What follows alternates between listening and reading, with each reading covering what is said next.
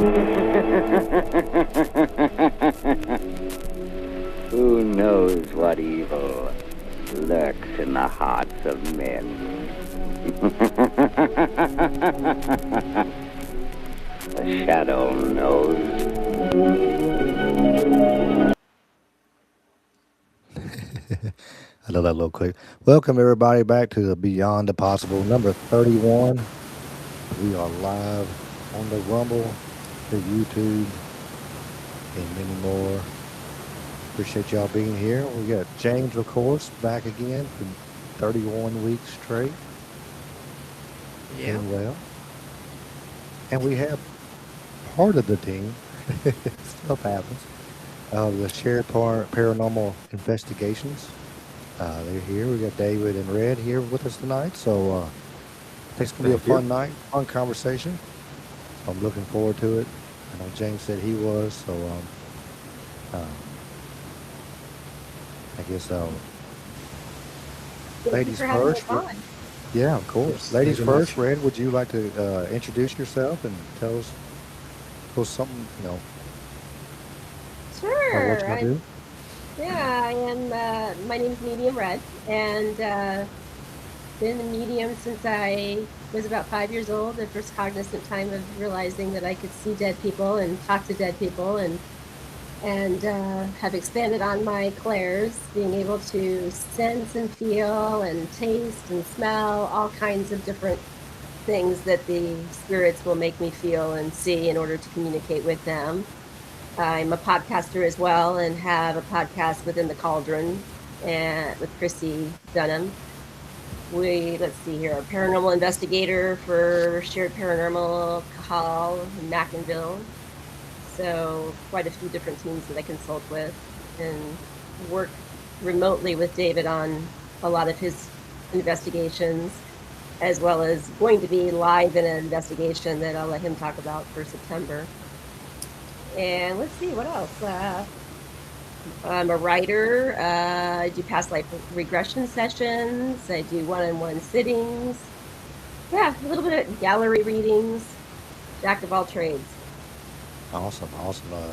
You get a chance, give me your link. I'll put it in the description, add it to the description, so people can help you find you. When they Absolutely. watch it again, and be glad to put it in there and share your stuff. Or, as we always say, it's the tide rises all ships, and the group that like James and myself are in, a lot of podcasters and stuff like that. We're just trying to bring everybody up. Big, I love small, that. indifferent, it don't matter. So we're all here to help each other work and get better and stuff. And, David, That's the go- best. let us know a little bit about yourself, my friend. Well, first of all, I'd be remiss if I didn't mention that Red is being a little humble because he just completed a mediumship, an advanced mediumship course with Cindy Kaza. I'm sure you all know who she is. She's been on Holzer Files, and she's a world-renowned psychic and gallery psychic. So, congratulations to Red Awesome, for awesome. completing that advanced mediumship course. Yeah, I Thank you love very much. Cindy. Appreciate Yes. it. I love the Holzer Files. I watched that 3 times in a row, like back to back, the whole first season. Like just, I watched it, and I was told my daughter, I was like, "You got to watch it with me," and we watched the whole thing. But yeah, I really enjoy that and their other shows. She's pretty Absolutely. Well, incredible. I'm a transplant from Indiana. I moved up to Michigan a couple years ago, and I started Shared Paranormal a couple years ago. Out of just experiences that I've had throughout my life and some investigations I did while I was in Indiana. Um, so far since I moved up here, I've had numerous investigations, some special events that we held. We had a Halloween event at John Robinson Hospital in Allegan, Michigan. That was a big success. And actually, one of the people that showed up to that event was Maddie, who she's not here tonight, but I immediately, after I saw her investigation skill, I invited her to be on my team. So um, little did I know she came from my area all the way to Allegan to go to the event. And I was like, so she's close to me in proximity. So she was my first new member of the team. and we have just grown extensively since then. Like I said earlier, I've got seven members on the team. I have Lily Cooper, who is from Grayling, Michigan. She's on the board of the Historical Museum Society. She's on my team, and I added her when we were doing the investigation in Parachaney, which was also a great success. We got tons of evidence there. And during that investigation is when Red joined us to do a remote Estes session that was pretty much mind-blowing. She was spot on. So, but yeah, we've got a lot of things upcoming and a lot of things that we've accomplished so far, and we're just not too fast growth, thankfully, but slowly but surely we'll be gaining more members and more outreach, and we do podcasts as well. So yeah, Awesome, that's awesome. a little bit in a nutshell. Nice, nice. And I know James. I can answer. I don't got an answer for James on that one. If if you ever want to have one of us on there, I'm sure. Always hoping to do things. And you said up Michigan. That's actually where James is from. Is up Michigan way. So Nice. I'm down in the south. My voice is kind of jacked up today. I've been a whole bunch of talking last night. Had an MMA fight, so I was commentating. Plus, I got in there and grappled another coach at the beginning of it, and then I turned around and then I commentated the whole event. So my voice is kind of It's been sideways. going around. So I It's apologize for been going that. around. No worries. Yeah, James, I'm go in. ahead and you haven't Yeah, put your 2 cents in yet. yeah, I'm actually in Southeast Michigan, Detroit general area myself. So always been here. Never been up to that part of the state before, um, to Grayling or any of that area, but I've heard of it. I've heard of Parachaney as well, just a little bit here and there through the research I've done. Uh, I like to joke that I was doing research for my own podcast. That's my podcast name is Salcedo Paranormal, which is what I have on the screen. Um, but I was doing research for that. Before I knew I was doing research for that, I was listening to shows and all that, and that's kind of where I heard about it the first few times. So, and yeah, happy to join you all for any of your shows if you ever want anyone that's had uh, multiple experiences uh, in places they've lived in or stayed in. I can definitely fill some time there. Um, but yeah, I'm really curious about your investigations there at Parachaney, and they also like talk about as far as your experiences in general as well. Either of you. Go ahead, Red. You're Your muted, audio. Red. Can't hear your mic. She's muted. There we go. Sorry about that. There you go. Well, David, should you? It started immediately once David drove onto the property. That's the best part of driving into Parachaney. He stopped along the side of the road, and I'll let him take it from there because it was Yeah, pretty incredible. this is showcased on some of my reels on my page. But the legend had been that if you visit the cemetery, sometimes you go back to your car, and there are small handprints on your car. Well, it happened to us, but we never stopped until we got to the campsite. When we got out on the passenger side of the car, was several little handprints, and even had swirls and loops. You could see the fingerprints in them. And I had washed the car before we took the trip, so it was fairly clean. And I even tried to recreate by grabbing some dirt and sticking my hand against the car, and I just couldn't make it happen. So it's kind of like we had a welcoming committee when we got there. They were showing us that they were acknowledging us. Now I went up probably about 5 or 6 weeks before when there was still snow on the ground, a lot of snow on the ground up there. But I was standing on one side of the tracks, and I just got this sensation like they were all watching me, like, we want to talk to you, come on. So I didn't drive in there because I would have got stuck. But they were very welcoming, and they showed us from A to Z. I mean, we experienced cryptids, we experienced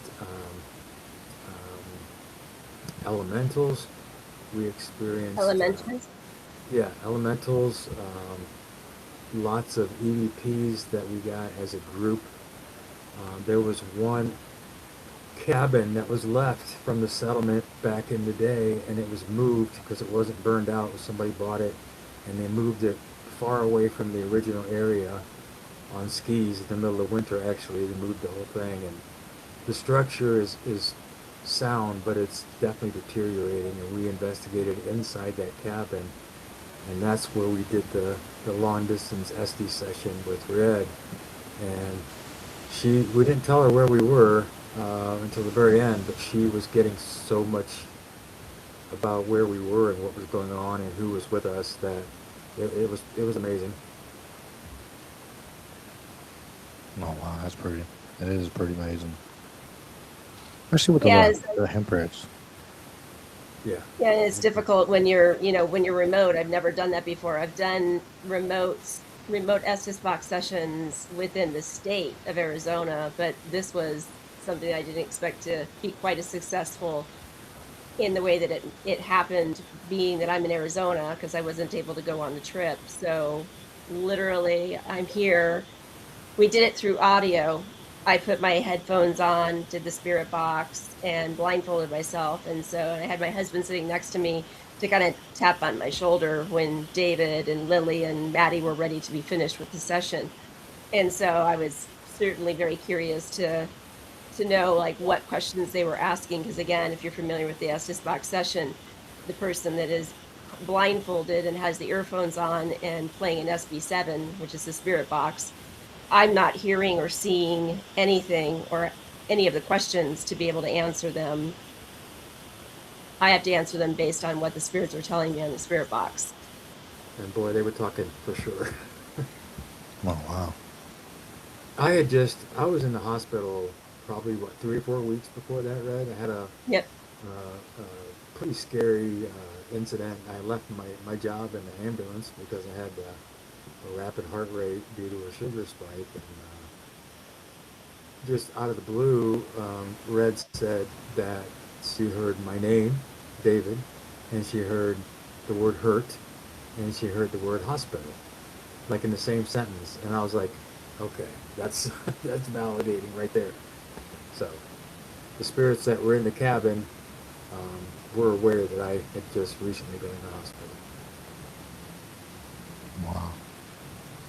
We also had, where was it Lily that was asking, she felt like there was a child that was, oh, you had a dead bell, wasn't it?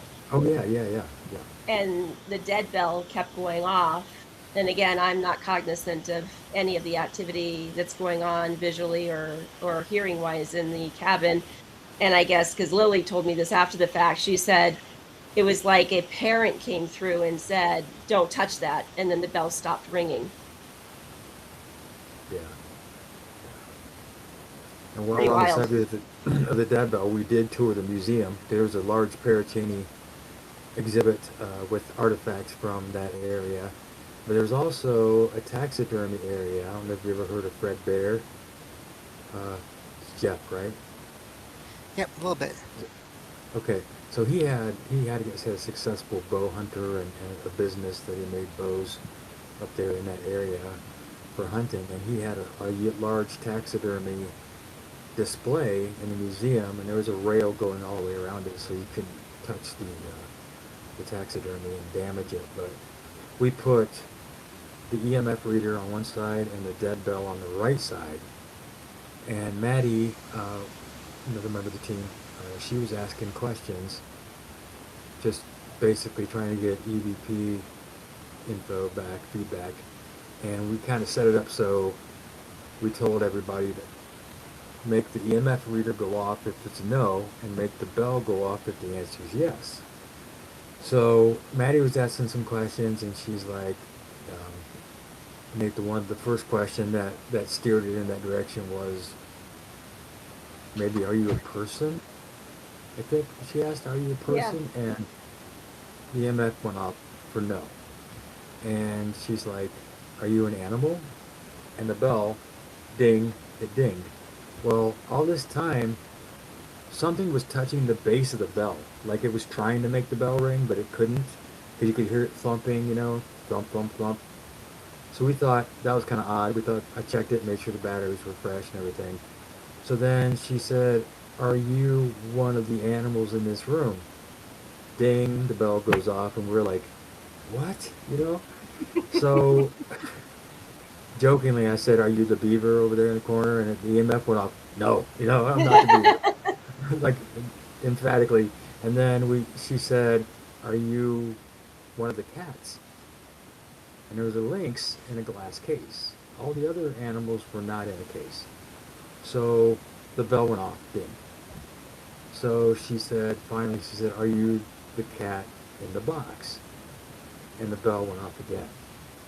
And we were just like completely blown away because then we started to realize that, well, that cat was trying to reach for the bell, but because it was in a glass box, it couldn't quite hit the bell. And I made the statement, I said, "Don't be shy, hit that thing hard, we want to know you're here." And right after that, all the answers we got were directly ring the bell. So we made contact with a lynx that was in a glass box. Yeah, that's fascinating. I mean, it's one thing to have experiences in everyday life with ghost animals here and there. I've had a ghost cat that stops by my apartment once in a while, but it's another thing to have. I've never heard of direct communication like that before from an investigation that I can think of ever. I mean, I'm not saying it can't happen and hasn't happened, but that really is an amazing set of responses there that you got. Yeah, I do have it all on audio. Actually, I think I have video too, so I have to get that posted on my website because I'm still going through evidence from that investigation, actually. But I have a lot of it that I caught. I caught footsteps in the hallway while we were going out to the cemetery. I picked up a lot of stuff on my camera. That was a magnetic back camera I had at the end of the hallway. So a lot of evidence still to go over, but it was a great experience for sure.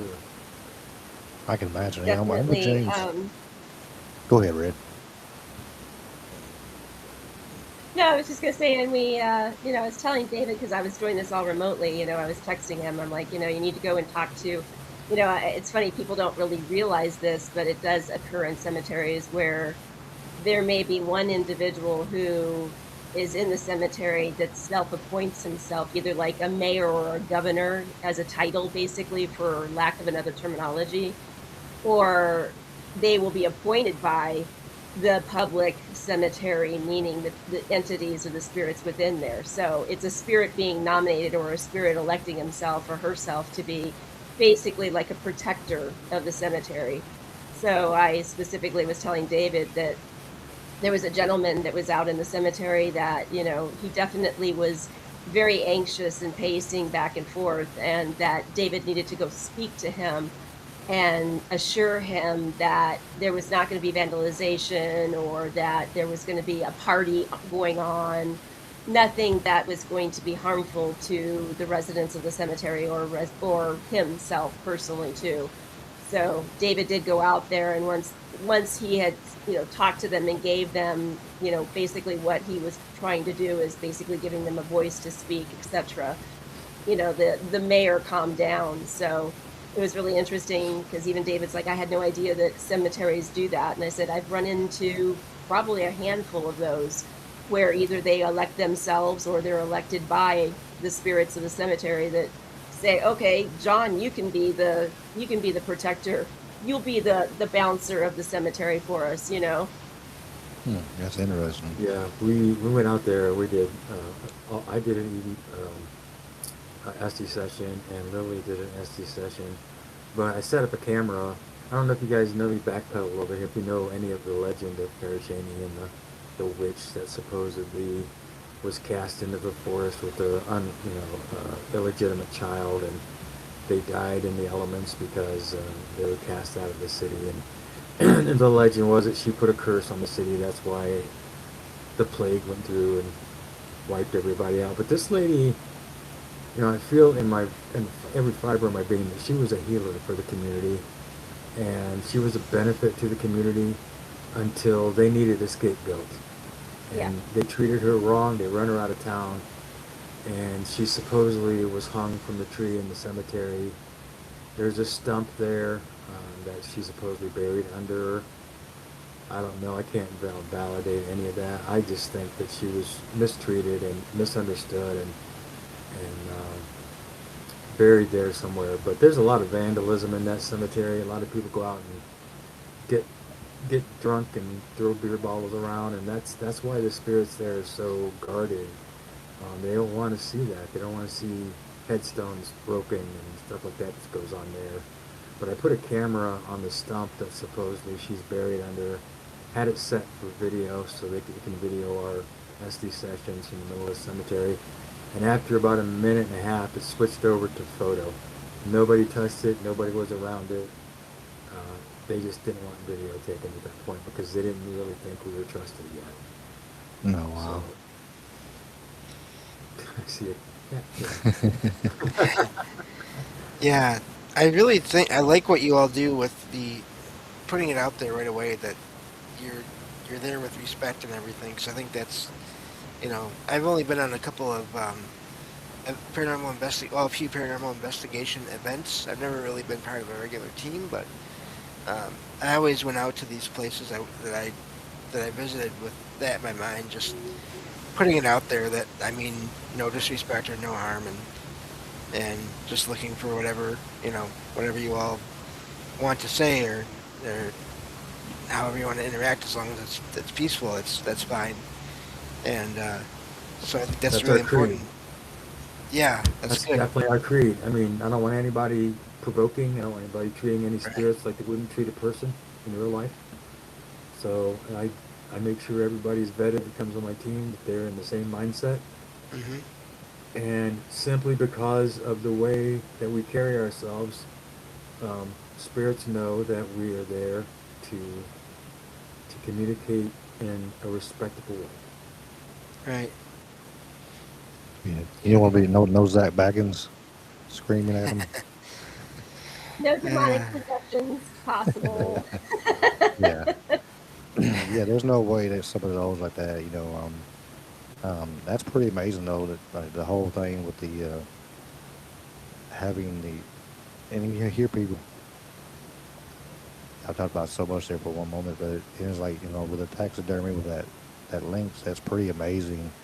Um, Hearing that, we know because a lot of people do believe that animals have souls and stuff like that, and it kind of Absolutely. shows that they do. There's some that don't, like, hey, they're just animals, they're just dumb animals, but I absolutely don't believe that because they all have their own personality, they have their own demeanor, and each one has their quirks and stuff like that, just like people do. And Well, and as a that's pretty medium, amazing, I'm though. able to pick up on them too. Yeah, that's pretty amazing. That I'm with James. I've never heard of that before. And absolutely, I I have a don't. ghost cat. Not that I I'm actually have a discounting it. ghost cat. Yeah, not that I discounted it whatsoever, but that's pretty amazing. I know of ghost animals. Like my mom came on here a while back and told a story where she had a ghost. I think it was a ghost cat came on the porch and kept her from being in a wreck. Like she came out and seen the cat. It's like, oh, okay, and let me get the cat some food and because that's just more time person mom is. She had raccoons and all kinds of stuff on there. Um, my brother actually had a beaver the other day on his back porch, walking Oh, around wow. eating. Yeah, yeah, it was wow. crazy. But but she turned around, went inside. When she came back out, she couldn't find the cat, so she went around looking, looking, looking, and she turned around and said, "Well, I got to get going." And then she got up on the interstate, and there had just been a wreck right before. So she had, timing wise, if she had left when she wanted to, she would have been right in the middle of that wreck. And it's for sure. It's ghost animals. Absolutely, I believe are real. Like I said, that's pretty amazing on that. And with the cemetery, I didn't know about the guardians part, which that doesn't doubt me one bit. Um, but yeah, I'm one of the people. I'm like really odd in cemeteries. I try not to step on anybody. I go Thank you. around. If I know that the body's this way, I'm gonna go around. I don't like stepping on people. Yes, Yeah. same. I really try to be really respectful and stuff. And with which I did have I did scare myself a while back. I had my GoPro out there and set it up. I said, well, I'm gonna scare myself today. And I was cleaning my great grandma's tombstone and my grandparents' tombstone. My mom wanted it done. She meant to do it um, and she left and forgot to, and then she was up really upset. And I said, I'll take care of it. So I drove out there and took care of it. I said, well, I'm gonna scare myself. I'm gonna cause I ain't never done it before. Um, and I put a GoPro out there, and what did I get? What, a minute, James? And then it cut off, and Something it like that, yeah. zapped my battery whatsoever. I was like, nope, I didn't catch anything. I didn't get to hear nothing, nothing at all. I got the extra speaker or like mic on my GoPro, so it sounds even better. But it just said, boop, done. Like, nope, you're not getting nothing Mine today, didn't buddy. die. It just switched from video to photo mode. Yeah. That's No video. They didn't want like, video. nope, Definitely no did not video. want That's that. like what I was thinking. I was like, that's the same kind of, similar. Like, nope, I don't want you to record nothing. Well, and I was even thinking with yours too, Ricky, like that was the sign. That could have been the sign. Like that could have been your family wanting to reach out to you, say, "Hey, we're here." But and maybe joking around a little bit, but not wanting to absolutely terrify you, not wanting to show themselves on the video. So they just said, "We're just gonna drain this, and you'll realize that's kind of unusual." You'll And get the picture. yeah, Yeah, yeah, without getting the picture, yeah. literally. Because it's a Unintended. family burial Yeah, ground that's been there since I think maybe all the way back to the late 1700s. Wow. There's some small graves from the late 1700s, 1790s, I think, when it first. So it's been in my family for a long, long time. yeah. I do have a question for you, Red, if it's okay. Sure. Because I'm really curious about cemeteries and graveyards. I was wondering if you've ever been to. I guess really what I want to know is if each graveyard or cemetery that you've been to, if you've ever been to any, or how many ever you've been to, if they all feel different to you, or are there some that have no energy that you can tell, or is there always something there? Actually, I now I'm doing what a Ricky is doing. You know what? Each cemetery has a different energy level to it, Hmm. and even at different times of the day or night Right. has a different energy. Like one cemetery that I went to in Clifton, Arizona, which is a mining town. I went during the day, and it was very light and airy feeling. The energy was kids playing, definitely not, didn't feel anything like evil or negative whatsoever. And then when I went back at night, I wouldn't step foot into the cemetery. It just had a completely different vibe. I'm not going to say demonic because it wasn't demonic at all. It just felt very negative. Mm. And I don't know what the difference was in that case and who was overshadowing it at night, but there was a definite difference between night and day with that particular cemetery. I will tell you something that was very enlightening in regards to cemeteries. I was working on a cold case for a body that had been dumped, and I think it was in the 1980s at a local cemetery here in Glendale, Arizona. And I was out with a paranormal investigator trying to pick up, if I could pick up, like where the body had been dumped and who the body belonged to, and maybe even if I could pick up on who did the actual killing. But I couldn't because it was the Day of the Dead. And so Oh. literally it wasn't because of all the real life people that were there. It was the spirits that were there, and they were running around, and it was just like watching I don't know, a picnic, a large picnic where, one woman was running up to another, a spirit woman was running up to another man spirit saying, "Oh my God, I can't believe it. My daughter, she's going to bring the baby. I can't wait to see the baby. The baby's grown up so much in 1 year." And it was a Wow. completely different, I mean, I couldn't help do anything on the cold case because the energy level was so thick with all the spirits being so excited to see their family members. So for those out there that feel like you don't go to a cemetery and that the body is not there, or the soul's not there, or the spirit's not there, they do go back. They're fragmented. They do go back to their grave sites, and they do appreciate when you do visit them and talk to them. It was it was so pleasing to me to see that, and I just couldn't help but smile. And the entire time, the lead investigator is like, "This is a somber case. Why are you smiling?" I'm like, "Beatrice over there can't wait to see her granddaughter. I'm sorry." Yeah, yeah.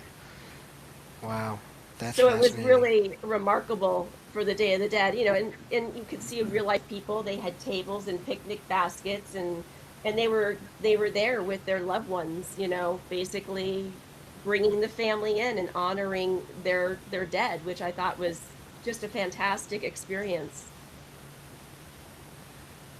Yeah, that's fascinating. Thank you for answering my question because that was yeah, I was curious about that. How have you been to any cemeteries, Jeff? What's Oh, that? I'm sorry. Were you talking to me, David? Yes. Have you Okay, been to any cemeteries or graveyards, as they a say? couple for family things over the years. Oh, I gotcha. never really got any major feelings from them, any of them. I always just get a sense of presence overall, but it's never Mhm. anything negative or positive. Have you heard of It's Soup Cemetery? SOOP.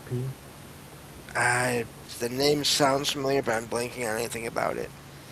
It's in Belleville, which I'm from Belleville actually, so we are pretty close Okay. proximity. It's about 5 miles from my house, but I did an investigation out there, and before I met Red, I was working with Catherine Cirillos, who is from Athens, Greece, and she was doing a remote with me, and she said that there were she saw two children there. Now, the patriarch of the family, Elizabeth Soup, was a well-known witch, and she's buried there. And a lot of people will go and do things on her gravesite, Mm, rituals and spells and stuff. But this person told me that these two kids were there and they were being held against their will from crossing over.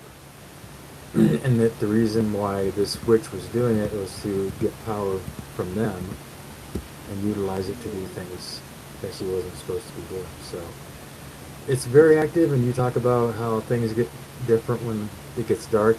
That place is night and day, literally, no pun intended, but it's nice and bright and sunny, and then it gets dark, and it's like they're all coming out of the grave. It's like they're all ready to do battle. But yeah, it's definitely an interesting spot. I'm gonna go back there again, but yeah. hmm. So going back to Parachaney Cemetery, we had a lot of other things going there while we were doing an SD session. Due to the fact of so many rumors about people doing vandalism and goofing around out there, I saw somebody in the tree line, and I was like, okay, I'm gonna go see who this is. So the girls were with me, Lily and Maddie were with me, and I took off walking towards the tree line, and they're like, "Where's he going?" It's like I just took off. Like, I'm gonna find out who this is. I don't want anybody out here messing around, trying to scare Right. us when we're doing our investigation. And the closer I got to what I saw, the more I thought I didn't need to know. So I stopped and turned around and went back because I was getting the hair was standing up. I was getting goosebumps. I didn't know what I was going to encounter when I got there, but I turned around, and when I got back to the group, I was looking in the other tree line, and I saw a very tall creature, for lack of better words, long legs, long arms, walking down the tree line very quickly. And as I watched it walk along, it just dissipated. It disappeared into nothing. And all of us saw the same thing. And we were all pretty much in agreement that it was time to go. So we took off. The first shadow figure that he was referring to as he started walking towards the tree line was an elemental, and it was a Okay. water. Was it land? I don't remember, land or water. I can't remember now. I think Land water, you said. elemental, Maybe? water elemental, You said and water, yeah. yeah, that's right, because of the cistern that was nearby. So it was a water elemental, and as long as you're respectful, again, it's the same concept of dealing with a deceased one. I mean, obviously, if you're respectful of them, they'll be respectful of you. So that was something when David started walking towards it, it was kind of like, yeah, I think he just kind of backed away and Right. left it alone. But it was a water elemental. It was very protective, and water was flowing somewhere underneath the land. And I think he found where the cistern was. And you could see that there was quite a bit of moss on rocks and things like that. So water was very important to continue its flow in that particular region or that particular area. And then I think Maddie was pulling cards, if I'm not mistaken. She was doing tarot cards. Yeah, And we then got back to the campsite where we were going to camp, and I'm looking out in the woods and I see this thing again, and I'm like, it followed us from the cemetery. So I got my bright light out and I was watching, and the girls are like, "Well, we're gonna pick up our tents. We're gonna go." So they started packing everything up, and I'm standing in the woods on the edge of the woods with this light, and it just is standing there between two trees, not coming forward, not going away, just standing there watching us the whole time. And then Maddie said, "I'm gonna pull some tarot cards and see what I get." And every one she pulled, I believe, was an elemental, right, Red? Like yep, earth, wind, fire, water. water. And it was like that was validation right there. That's what we were doing. So. Oh wow. Yeah, Water that's elemental fascinating. seems to be water elementals seem to be following me. No. I just recently came back from the Palmer House. David was talking about the Cindy Kay's grueling 6-month mentorship class that I took with her. And part of the last part of the class is that we got to do a retreat at a location to meet her in person, as well as, even do potentially an investigation. So my husband and I made the trek to Sauk Center, Minnesota, and we stayed at the Palmer House. That, if you're familiar with Dave Schrader Yes. from Poser Files, he's just purchased it as of 2025. And the building that's there now was built in 1901, but prior to that, it was 1860 something. I can't remember that the original building had burned down, and it had remained vacant for a while until 1901 when they were able to rebuild it. So I went down into the basement, and it was literally, because I already had picked up, since I can do this remotely, I was picking up water, and there was a water element down there, a water elemental, and that it was happy. It was very happy. There was nothing destructive about it whatsoever.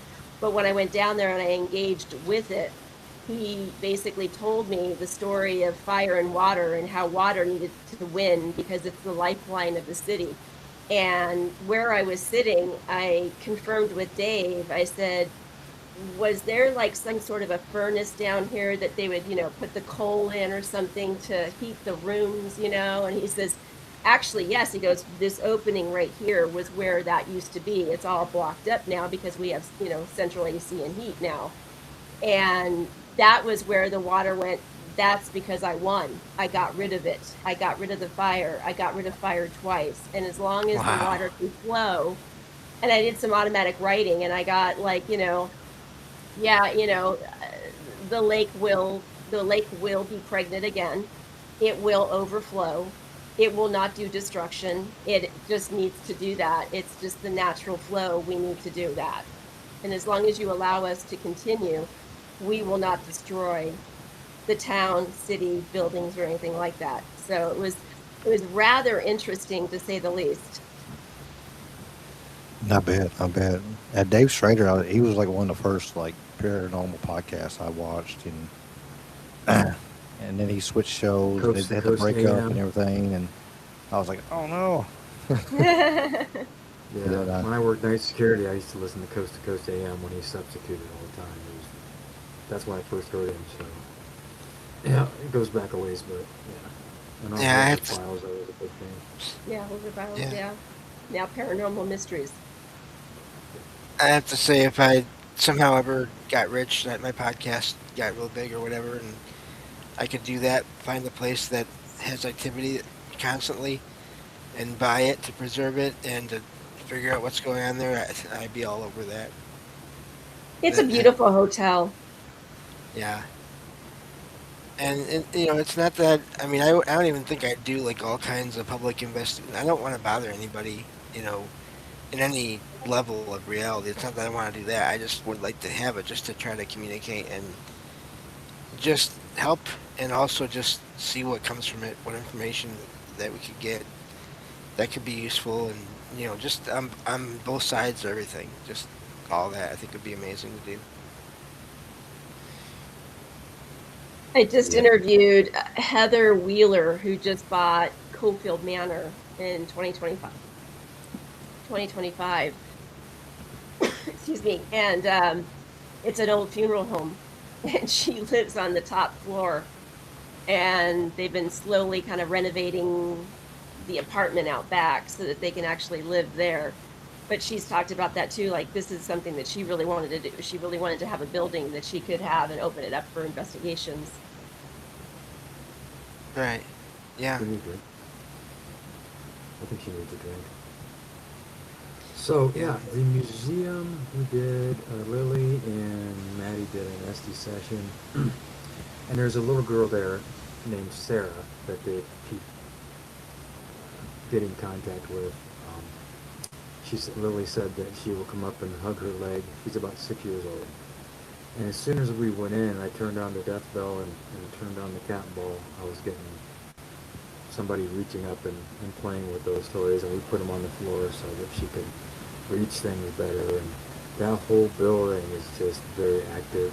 People walking up and down the stairs, and we were upstairs, and of course the taxidermy part of it. And then there's a Native American room that had a cool vibe to it. So, but yeah, we got the whole gambit of evidence up there, and we're going to go back because we just kind of scratched the surface. We did find a couple foundations deep in the woods of buildings that used to stand. I think one was the hotel, and I think another one was, we saw remnants of the roof and stuff laying on the ground. So the original settlement was grown up with forest, but you can still find stuff if you look hard enough. But we're definitely going to go back because somewhere we believe there's a mass grave, because there was 1,500 people there originally, and all but about a dozen survived the plague. And then we come to find out that they were actually, the towns surrounding Parachaney came in and started to burn out the town, and they actually went so far as to lock people into buildings and burn them down with the people inside. That's terrible. Yeah. Just to stop the So spread, huh? yeah, to stop the spread of the plague. That's what they did. That's the desperation they had. So, so there's some horrific deaths there, for sure. The old schoolhouse burned down. Somebody bought the new schoolhouse and turned it into a residence, but they don't like people to investigate there. But yeah, there's a lot more we got to discover there, so we're going to go back. That's cool. I do have a curiosity on. I know some is divided debate, I guess, between the community or whatever. What's y'all's take on orbs and stuff like that? Have y'all seen a bunch of orbs in y'all's investigations, and do you put any credits to the orbs? You want to take this one, Ray? I have seen orbs, and I've seen where they are, to me, legit because of the way that they move and the way that they go through a wall. You can't have that with a piece of speck of dust. You can't have that with a feather or a gnat or a bug or anything like that. So, but everybody, unfortunately, it's like the demonic part. Everybody thinks everything's demonic in life. Everything's an orb which goes across your screen. So I would say like the percentage of getting orbs is very rare. It's a 1% ratio, in my opinion, at least on my experience when on investigations that I've done. But I believe that there are there. I just feel like everybody just glorifies everything now as an orb. Yeah, I can see that. That being said, I've only seen 2 instances so far in my life that I believed were actual orbs. One was Same at the here. Birdsell Mansion in South Bend, in the ballroom. I took a photo, happened to be pointed inside the closet, and there was a rather large orb. And when I blew that picture up, I could actually see a face in that orb. So that one to me was legit. Now the other example was I used to work at a rehab hospital, and I worked security there, and there was a girl that was having an extra difficult night sleeping. She was fighting with her addiction, and she went out into the main room and laid on the couch. Well, on camera, I saw all these orbs surround her, and they stayed there for hours. They didn't move. The heating and air kicked on. They didn't move, so they weren't dust. But it was almost like they were there comforting her, like spirits that had been there before, because I believe it was a hospital before it was a rehab. They were like comforting her, realizing she was going through a rough night. And that kind of blew me away. Wow. Wow. Yeah. I would say the same thing with my two experiences. In fact, one experience, I was doing an Estes box session at a residence. The residence was we do private investigations for residences or people that are having some issues within their own house internally. And I was doing an Estes box session. I was blindfolded and had, again, the earphones on. And, when I'm doing the Estes box session, there'll be times where I will talk and I'll make sure that I'm saying, Red's talking, I'm getting this, or I'm feeling this. And all of a sudden it was like, I was in the Estes session and I said, Red speaking, and I said, who is touching me? There's somebody touching me. And I was, of course I can't see, so I'm kind of going like this around me to make sure that there's not a person that's standing around me or touching me. And the lead investigator had the camera on me, so luckily, and she caught it. She literally caught an orb that came out of me, went down, touched my leg, and then went back inside me. So it was really odd, very, very odd. Huh. Yeah, that is wild. And I've heard of that before, and I agree. I think it's also funny now. We need to make the joke and put it out there that, well, obviously all orbs are demons, because that has to be. We got to come up with the next big thing. I think that's what we should do. No, Put it all in one package. Little package deal right there. Orb and demon. When you get the vice president saying that, aliens are demons, now you can just put everything as demons. But or demons, aliens. Yeah. Vice versa, yeah. It's all the same, and it's all evil, because of course everything is. Well, and it's like I'm trying to tell people that in all the years that I've done this, and obviously I've been cognizant of having my gift, I've had one demon that I've actually encountered, and it was manifested by a young kid. And again, I go back to Clifton, Arizona. He purposely did summon it and manifested it himself. And unfortunately, the woman, she had a store in Clifton. What they would do is they'd have businesses below and residences upstairs that they would rent out for boarders. And for some reason, she just had an inkling something was not right in this particular room. And the boy had gone to work, so she had gone in the room and unlocked it. And on the floor was an upside down pentagram and candles. And there were some symbols that she tried to describe to me, but I can't remember what they were. I'm a witch, so I can tell you that what's right and what's wrong in the world of pentagrams here.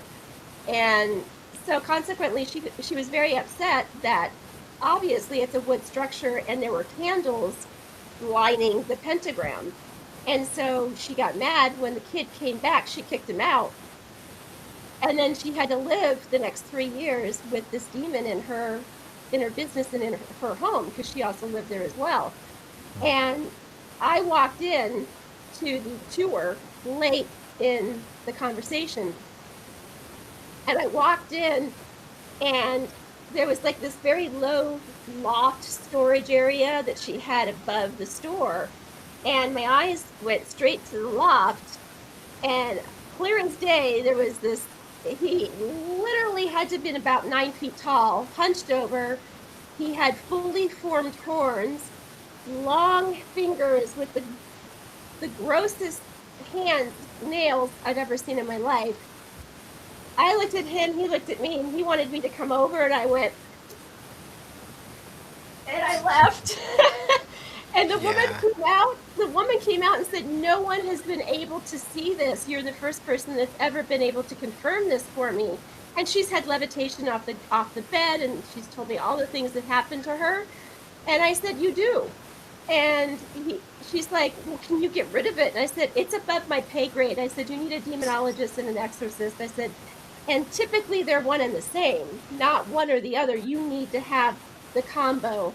And she's like, "Well, this gentleman here, he's high up in the Mormon church, and he came over and he's talking to me about how he can eradicate this." And I said, "It's above your pay grade too, sir." I said, "I'm not trying to be disrespectful, but this is definitely beyond your pay grade. You're not going to be able to get rid of him." Wow. So I have a wonderful, fabulous person that does my drawings for me. It takes him a little while to complete them, but that's one of the drawings that I'm currently having him make, is that demon, so that I can show it to people so that they can see exactly what I see. Wow. I Yeah. want to go on record. I want to go on record as saying I'll probably get some hate mail for this statement, but if you're going into an investigation looking for the woman in white or the woman in red or a demon or whatever, Lady in Gray. how many different people have went into that location looking for the same thing? Like, oh, we're going to Yes. see the woman in gray or the woman in white. Well, I'm telling you, people, that is a thought form that is created by several Yes. individuals that never existed until people wanted to see it. And you have to be Yes. careful not only what you think, but what you say, because you can create a thought form just from the desire to see something. Well, I Yeah. can see that. Yeah, I can there's see a that for certain sure. case that's like that, and it's Myrtle Plantation. It's they have now embraced Chloe and allow, I mean, even Keely was telling us in a meeting yesterday that they actually do a Chloe tour that focuses strictly on Chloe. And Chloe was a slave at the plantation who, I think the story goes that she was in love with the plantation owner and wanted to prove her worth to the owner. So she was going to make the wife and children sick so that she could come in and be like the Florence Nightingale and get appreciation from the plantation owner, who she loved. And instead of doing that, she ended up killing them. And so the storyline goes is that, I think she may have hung herself or something of that nature because she was so devastated at what she did. But literally, prior to the plantation embracing her as an entity, it was a thought form. There has Yeah. been no documentation to substantiate that she was even a slave on the property. There's no record of what she did. So it really is quite interesting to see that in some locations these thought forms that have been made and created and have become a sensation. And I'm sure I'm going to get a lot of hate mail too because I brought up the Myrtle Plantation. No, but you know what's fascinating about this, both of you? I'm glad you both said everything you just said, because I think Ricky, you can probably confirm this. I've talked about that exact case before, and that exact idea before of thought forms. Because I mean, think about how many years now that story has been around. I've even heard different versions of it, but they all end with her dying, of course, Right, there. right. And um, and one of them I've heard, at one point she was caught um, eavesdropping, Yep. and so one of her ears was cut off, Yeah, and correct. so she would wear a I don't know what Like a kind of turban. fabric, yeah, a turban. There we go, around her head, and people have seen that, that image of her. And I Correct. just, if you think about how many years that has been such a well-known place, people have, I mean, who knows how many people now have gone through there to hear that about that particular person, even if they're made up. Right. That's a lot of energy and emotion of those people wanting to think about to see them. even if they don't want to, they're still told about this figure and Giving it hundreds, power thousands, who knows how many. and So giving it Another yeah, fine energy. example. Another fine example is Marie Laveau. How many mm, people go on the tour and are told this is Marie Laveau's tomb, but they never tell them that that's the right place. There's a guy that will show you her real tomb, but all these people are going to the fake one and going, Yep. all you gotta do is lay hands on it and you'll get whatever you want, right? Well, in their mind, they're already getting their wish, so they're gonna right. manifest it themselves. It has nothing to Right. do with the tomb, but yeah, it's another example of how the mind can work over matter. So Well, Well, and then that and basically, trickster spirits, you got Yeah. trickster spirits and stuff like that. Will mess with you too. oh yeah, You know that they'll come out as a little girl or whatever like y'all said, whatever y'all want it to be. It's going to come out, and it's really, really that's not who you're talking to. Like the ones that come out as somebody's mom or grandmother or something like that, and they're not or really, mimic. yeah, mimic and possible genes, and um, there's a bunch of different ones, the entities it could be, but for sure there's lots of possibilities. Just because it's you know like you said, if they wanted it so bad, they would. Some of them they trickster manifest spirits. it. So, how you want it? I got you. We'll Yeah. make it happen for you.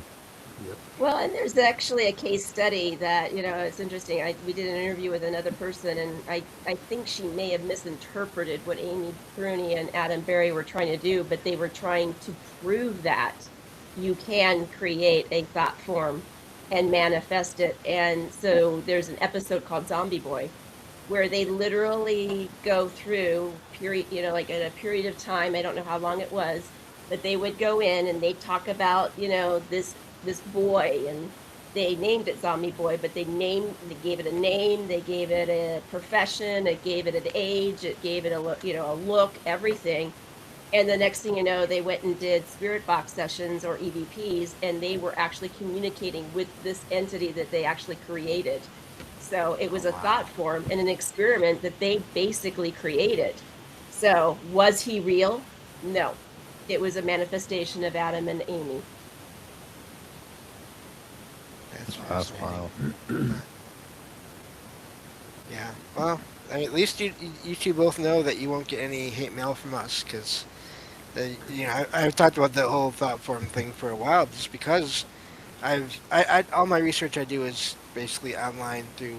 I try to do historical websites and all that, but looking into the Myrtles and all that and other places as well, I found that where one site will give you a history and then you'll go to another more like a university website or just a actual website with people that are devoted to finding real historical evidence of things, and they'll say no, there's no evidence of of this person or of Chloe or whatever. So but then you can go online and find reports and people that go to these places and they have experiences. And so for a while I was trying to figure out how are people having these experiences if this apparition of whatever they're seeing is not they did not exist in life.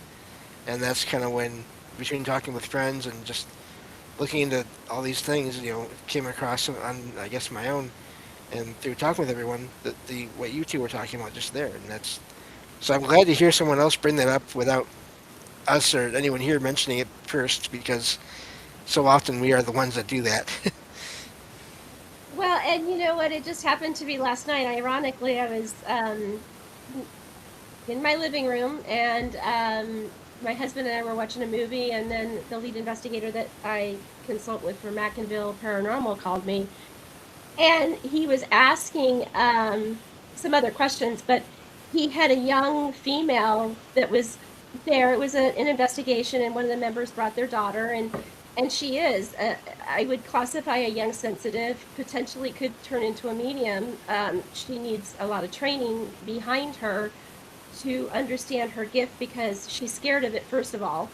And then, Right. second of all, she must have Googled the location Oh, because yeah. I like to go into locations without knowing the history behind them. And even though I'm an Arizona native, there's a lot of locations I go to that I have no clue what they were and what they're there for. And this particular location was Acadia Ranch, and it was a TB hospital, and it was a working ranch. And this one building, the tack house, does have the owner. His presence is known there. He's very protective of the building and the historical part of it. But the young girl started saying, while I was on the phone talking to the lead investigator, oh, my stomach hurts. It feels like I'm having an abortion. It feels like, abortions have been performed here, and just going on. And the mother was substantiating it. And Eldon's like, Colleen, you picking this up? You hearing this? And I'm like, yeah, I walked that property with you. And no, I did not pick up anything nefarious like that whatsoever. I did not pick up on abortions or babies being ripped out of people and buried in the back. I said, none of that. I said, that's all lore. That's all lore. And it's all unsubstantiated by the Historical Society themselves. So, yeah, somebody to Google Right. and found the lore, So I was politely trying to tell him, yeah, no. Yeah, Yeah. I've Google's seen not like city always council accurate. talk about that and say like, she don't like knowing anything too. That she don't like knowing anything about what's going on or what about the plates and stuff like that. Head on our chat, Merlin made a comment was kind of what we were talking about. He said the mind soul link is the most powerful link in reality, as it sees reality as it wishes. That However, is it may correct. not always change the roots of reality. Very well Absolutely. said. Very well said. Yeah, I and Go ahead, I'm Ricky. sorry. I was No, just go saying, ahead. Greg, real quick. I do agree with you as far as so much of what is out there is not inherently like automatically negative. I think that's another part of. I thought you were talking about lore and all that, and the internet and TV and movies. I mean, so much of that media is made out to put out there, made to give out the image of everything paranormal or unexplained is evil. And I've had many experiences over the years. I've had like a handful, literally like 4 or 5 negative experiences, or at least experiences that were seemed like they were negative out of Mm-hmm. dozens. And Yeah. so, and I've heard that from so many people. Well, let's put again. I'm gonna regress again onto Clifton, Arizona. But there's a hotel called the Clifton Hotel in Arizona, Southern Arizona, and a certain TV show that we know went into that location. And I did not know that they had gone into that location when we were doing the investigation of that hotel. We rented it out completely. It's a very small hotel. It's like maybe 10 or 11 rooms. And he went in and he's like, it ran out with his tail between his legs, screaming, demon, demon, all this stuff and everything. And again, I had not even known about that episode airing until after I went to the hotel. But I'll tell you, my experience was I was sitting on the sofa watching TV about a week before I was supposed to go to the investigation. And I started, my husband freaked out. He's like, I started going like this and in distress, and my throat was making this gurgling noise that I can't even replicate right now for you in person. And he's got his phone and he's getting ready to call 911 because he thinks that there's something medically wrong with me. And I'm sitting there putting my hand out like, no, don't. And it suddenly passed. And then I told him, I said, look, I said, I was just having an experience. I said, I've never been to Clifton, Arizona, but I literally was standing in front of the Clifton Now Hotel. you said Clifton before when it went off, so Yep. that's kind of wild. Go ahead. I have an affinity for this hotel and this particular individual. So um, I was seeing a woman who was in a scantily see-through type dress from the 1800s.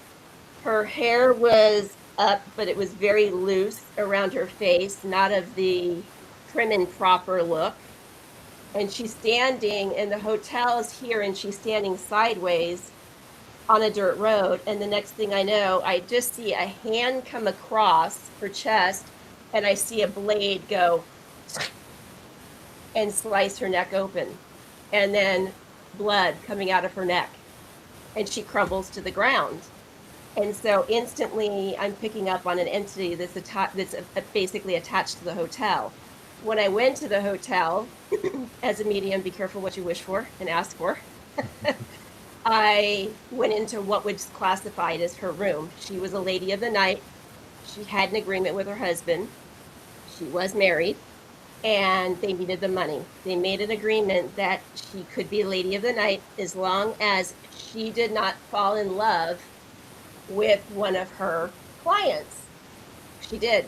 She ended up falling in love with one of her clients. The husband found out about it, and at 11:23 one night came into her room. Her back was to him.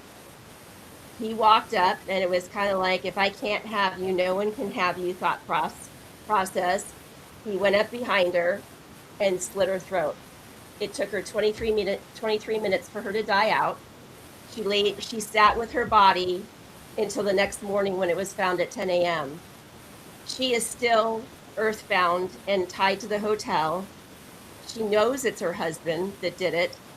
She would love vindication, but how do you vindicate an 1800s murder? He's dead by now. But I asked to have her show me her death. I didn't say experience, I said show. So I walked into her room. The next thing I know, I'm now on the floor, sitting on the floor. My legs are up at my chest. I am turning whiter than, obviously I'm very pale, but whiter than I already am. And the lead investigator said, get her out, get her out, get her out. She's going to fall and hit her head on the concrete. So they pulled me out, and then they started taking Polaroid pictures of me. And I literally was white as a ghost, like as if I was drained of all blood. And I was explaining how my hands, I lost all feeling in my hands. My legs, I felt, I mean, literally they had to pull me out or walk me out, assist me out, because I couldn't use my legs. My legs would not move of their own accord. And we had a hospice nurse that was part of the team, and she said, that is exactly what happens when your body is dying. Your body shuts down the parts that it doesn't think that it's going to need in order to be able to protect the core, to protect the heart. So the photographs of me completely drained of all color was me experiencing her death. And it was the freakiest thing in the world that I ever experienced in my entire life. And then my phone rings, and it's my husband. This isn't a game. I don't know what's going on, but I just have this really bad feeling something happened to you. And he was in Las Vegas, and I was in Clifton, Arizona, and he's calling me going, this isn't a game. This is very serious. I don't know what's going on. Are you okay? I'm fine. Wow. So, yeah, and she relives her death every single night at the same time. It's almost cliche to say it, but if you've ever watched, the UK version of the show Ghosts, where the woman walks to the window and her husband pushes her out the window and she screams and then brushes herself off and then walks back into the manor, that's literally Jenny. Jenny is her name, and she literally relives her death every single night at the same time. The general manager will not go in that bathroom at night when the bar closes and she locks the door. Her husband comes in.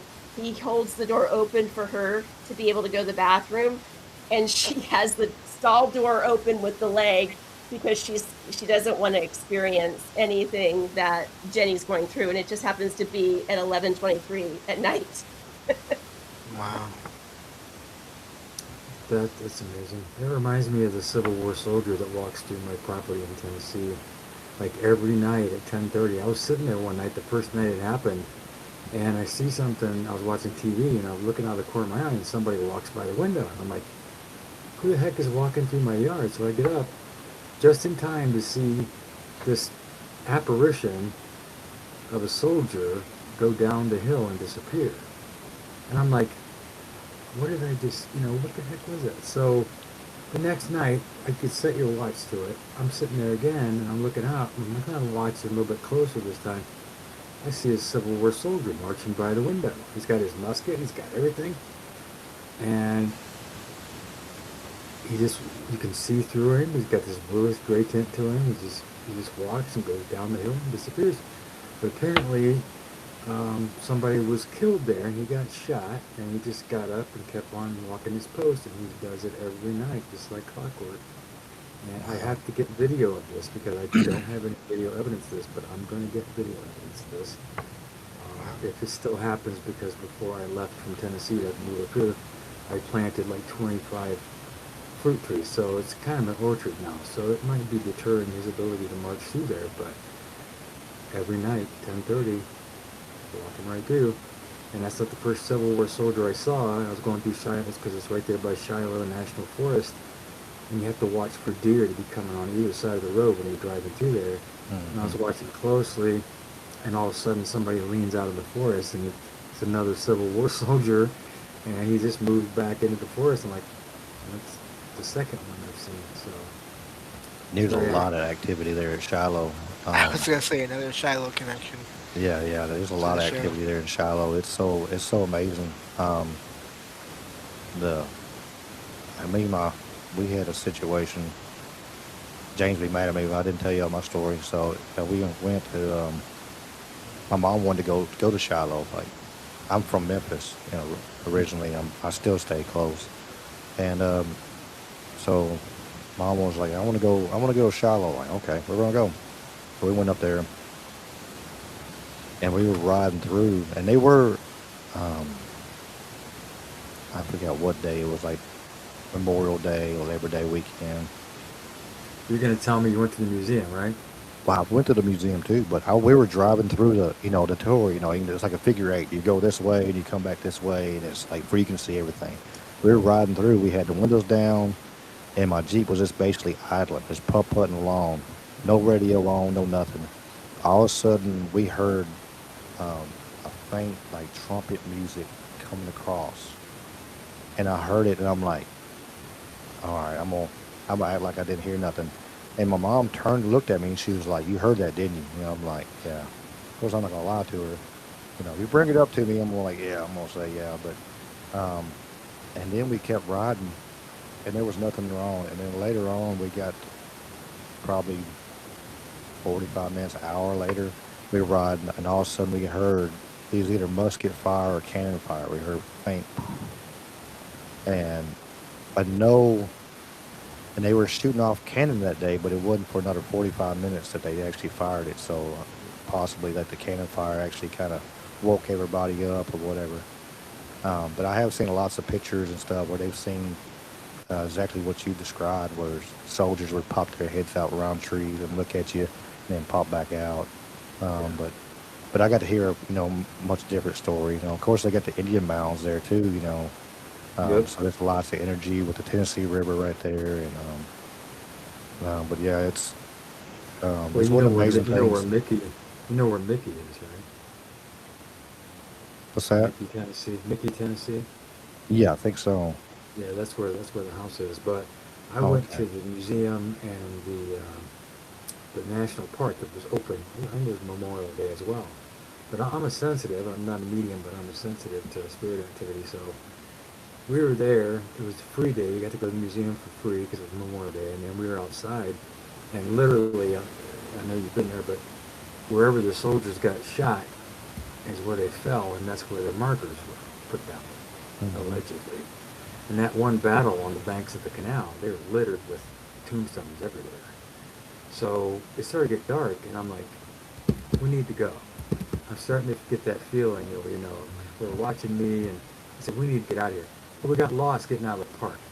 So I'm like, we really need to go.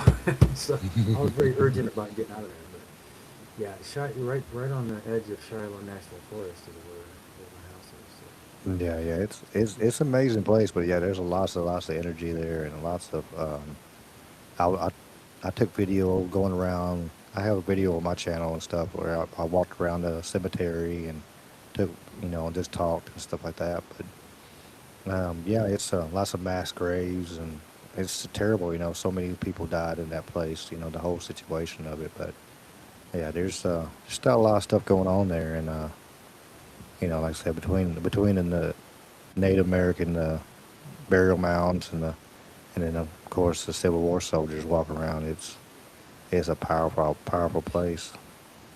Yeah, that's why Gettysburg is on my bucket list because Same here. Yes. Well, and I'm anything not to trying to go entertain. places.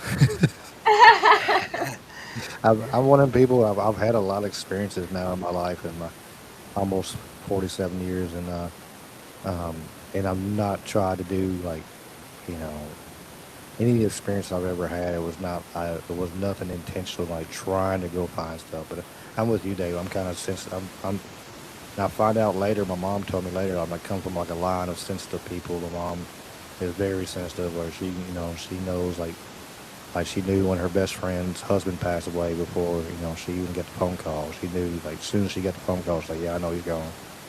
She's up like that. And so, but I just find my place self in places, and like we're talking about orbs earlier. Really, I'm curious on that like that because I know I've had my two stories on the orbs. Um, and one, I was at the National Cemetery in Memphis, which is, and I messed around and came on the backside of it. I got twisted around in the roads. It's about 2, 3 o'clock in the morning, and my car cut off. It was like a movie, like a TV show. Like you hear like stories about it. Like my car went boom, and I turned and I look, and there's thousands of orbs flying through the cemetery. And I was like, it's time to go. I'm freaking out. And I'm trying to get my car to crank. And finally I got it and I spun around. Well, of course, I didn't get no footage of it or nothing. I didn't care about none of that. I just tried to get the hell out of there because I was I was scared. But it was, I swear on everything, is all God and goodly. It's that there was no lights out there. It was dark, but you could see this floating lights just kind of sitting there and just hanging out and floating across there. I'm like, it's time to go. I had people with me too. I had a couple of witnesses and stuff, and it was one of the freakiest things I've ever seen. that was great about Peritania. When it got dark up there, it was dark. There was no city around anywhere. Oh no! And I got to touch on a story that something I experienced in the cabin.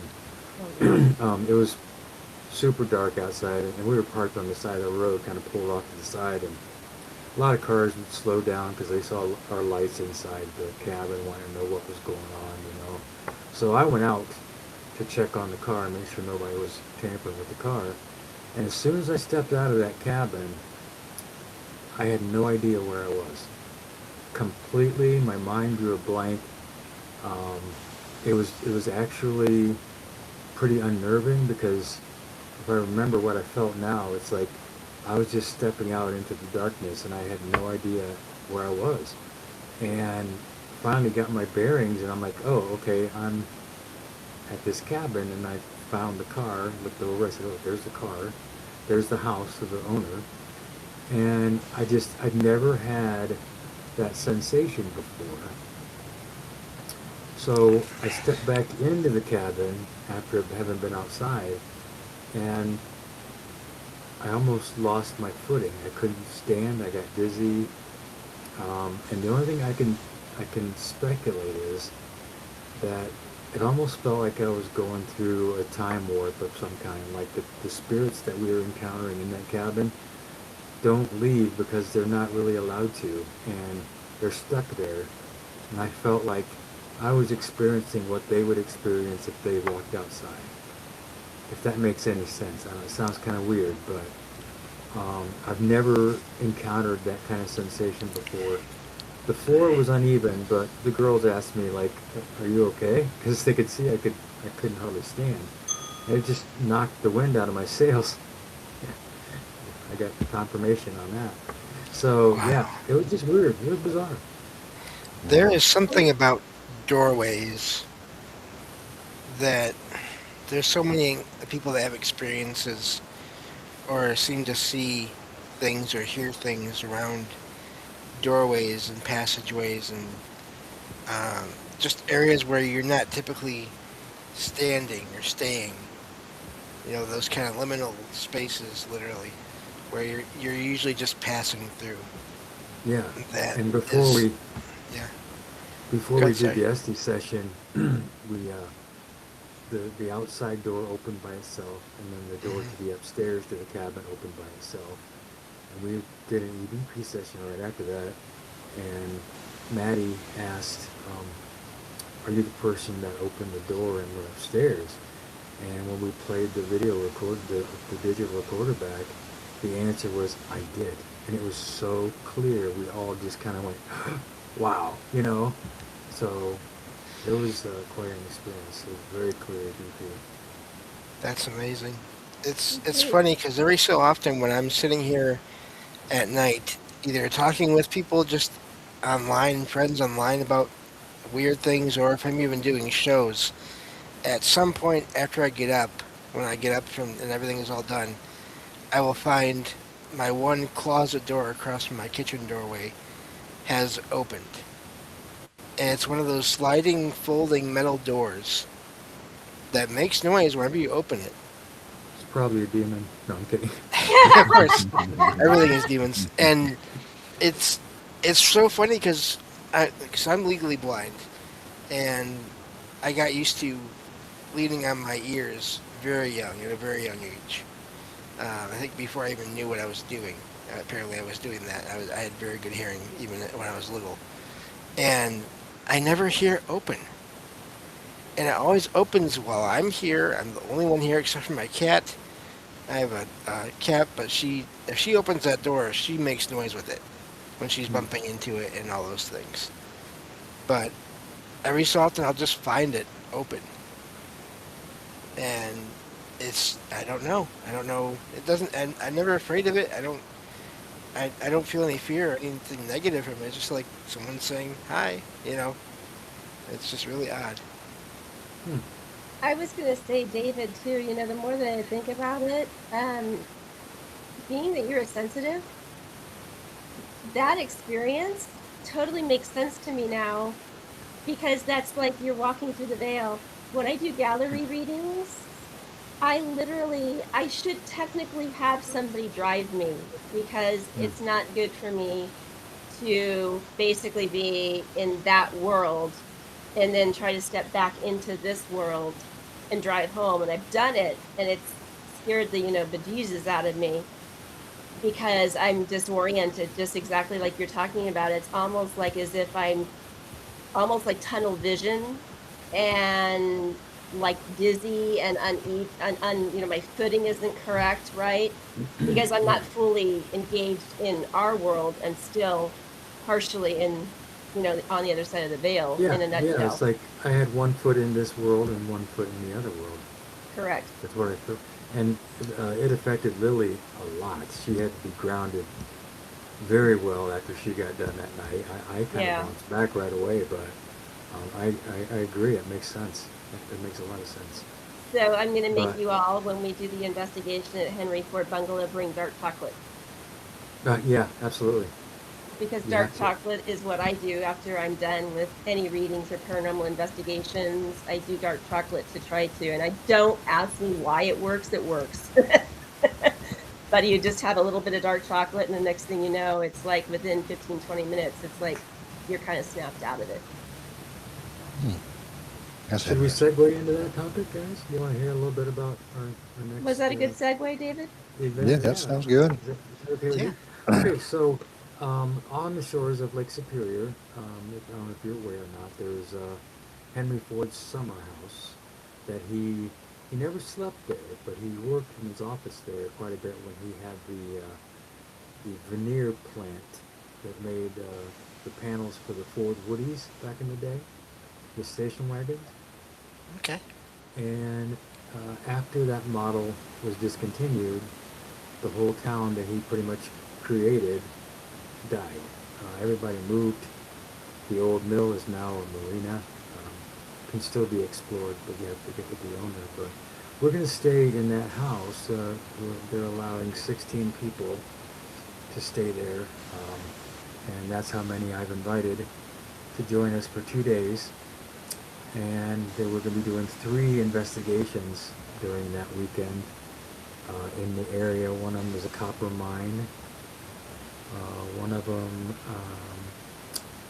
Actually, I think we're going to explore a little bit of the wooded area around the house because there's been some information that it's also Indian land as well. So there's a lot going on there. But I have 3 investigations planned and 2 nights in that restored vintage 1930s 40s home that Henry Ford used to entertain Thomas Edison, Harvey Firestone.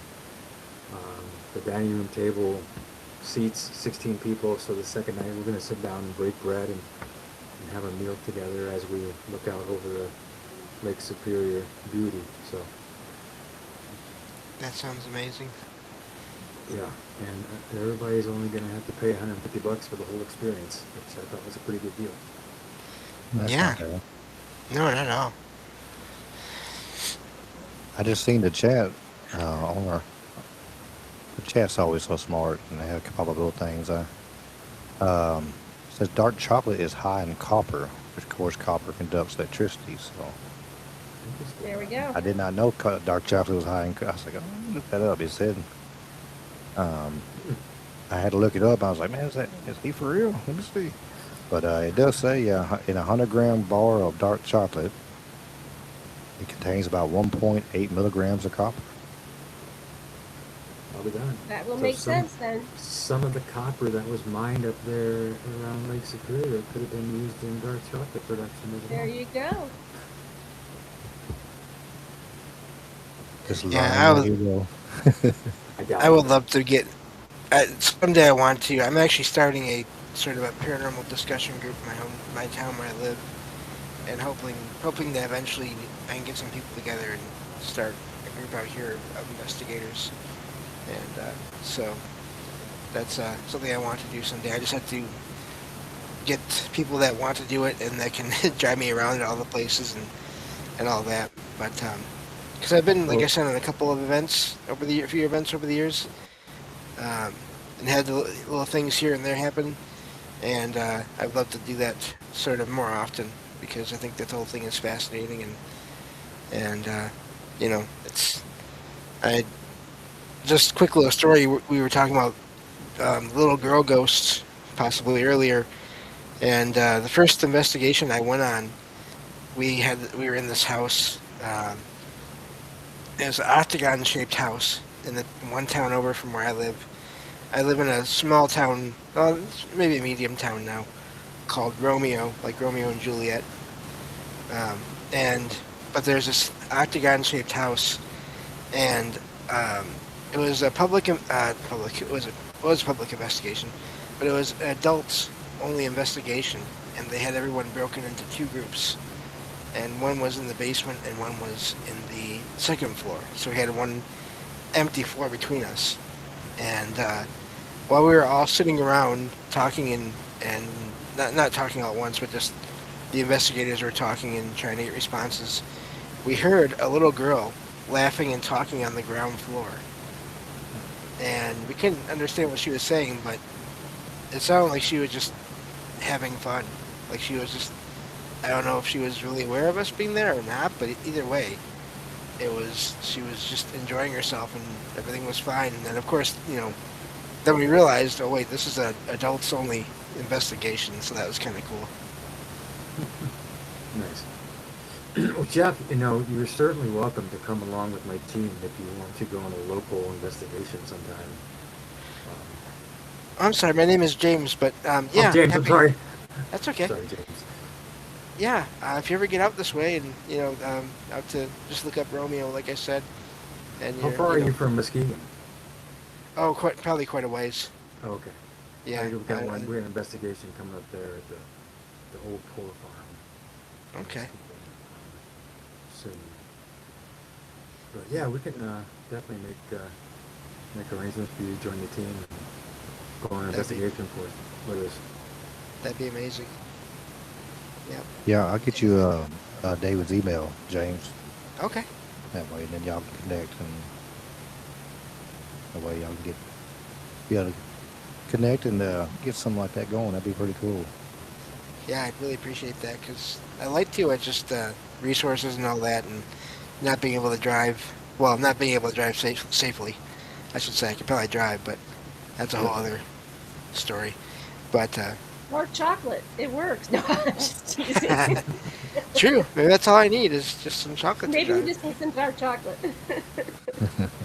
Now, I've it's nothing to do with anything paranormal, but I have a couple of friends that want to get a car for me and like just let me drive around an empty, abandoned parking lot someday and see how well I do. And Okay. so That sounds scary. No. that's one of the reactions. You know, the other ones, people tend to have two reactions to that idea of me driving, and scary is one, and some people think it would be hilarious, and so yeah, probably There's a both. scene in the movie Sneakers. I don't know if you've ever heard of that movie with Robert Redford and Dan Aykroyd. It's an older movie. Um, you have to watch it if you haven't watched it yet. There's a scene about Okay. a guy that's actually completely blind that they ask him to drive. Ah, So it's worth watching. It's pretty funny. I think so. I've seen some skits like that, and they just stick their stick out, as they're driving, and they use the stick. Yeah. I think over in England, that way you realize where you're at. Right? It's James, you couldn't do no worse than a lot of the people driving out there. I guarantee that. That's true. I was just going to say, yeah. Yeah, I Pretty find cool, myself yeah. screaming, "Are you blind?" several times a day when I'm out in traffic. I about took out somebody tonight when I was getting my dinner. Somebody just pulled right in front of me, and then you could tell when they realized that this, about 3/4 ton Dodge is right behind them, and they sped up real fast. It scared them, I guess. Cause I'm like, boy, they just pulled like this. They came out there right in front of me, probably doing like 20 or something like that. Just zoop out of the parking lot. I'm like, I guess you hope my brakes work, Yeah, exactly. But I don't think they see me. I don't think they see me. I think they just like, I'm going. Got Jumped something on out the mind there. or something like that, or you never know. so I do wonder, because we were talking about time earlier, and I do wonder what you all think of time anomalies as being possible explanations for people when they encounter apparitions. In other words, could some apparitions maybe they appear to be like a stereotypical ghost to us, but they could actually be living people from other times. I'm curious what you think about that. The idea of time being acting in weird ways in certain situations. I never thought about that.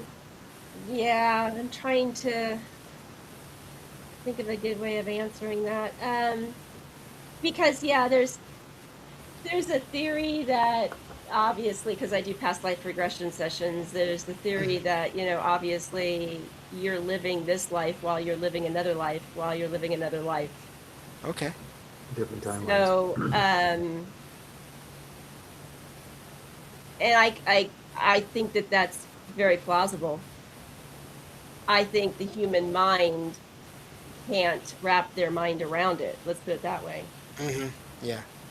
If that makes sense, James. Oh, definitely.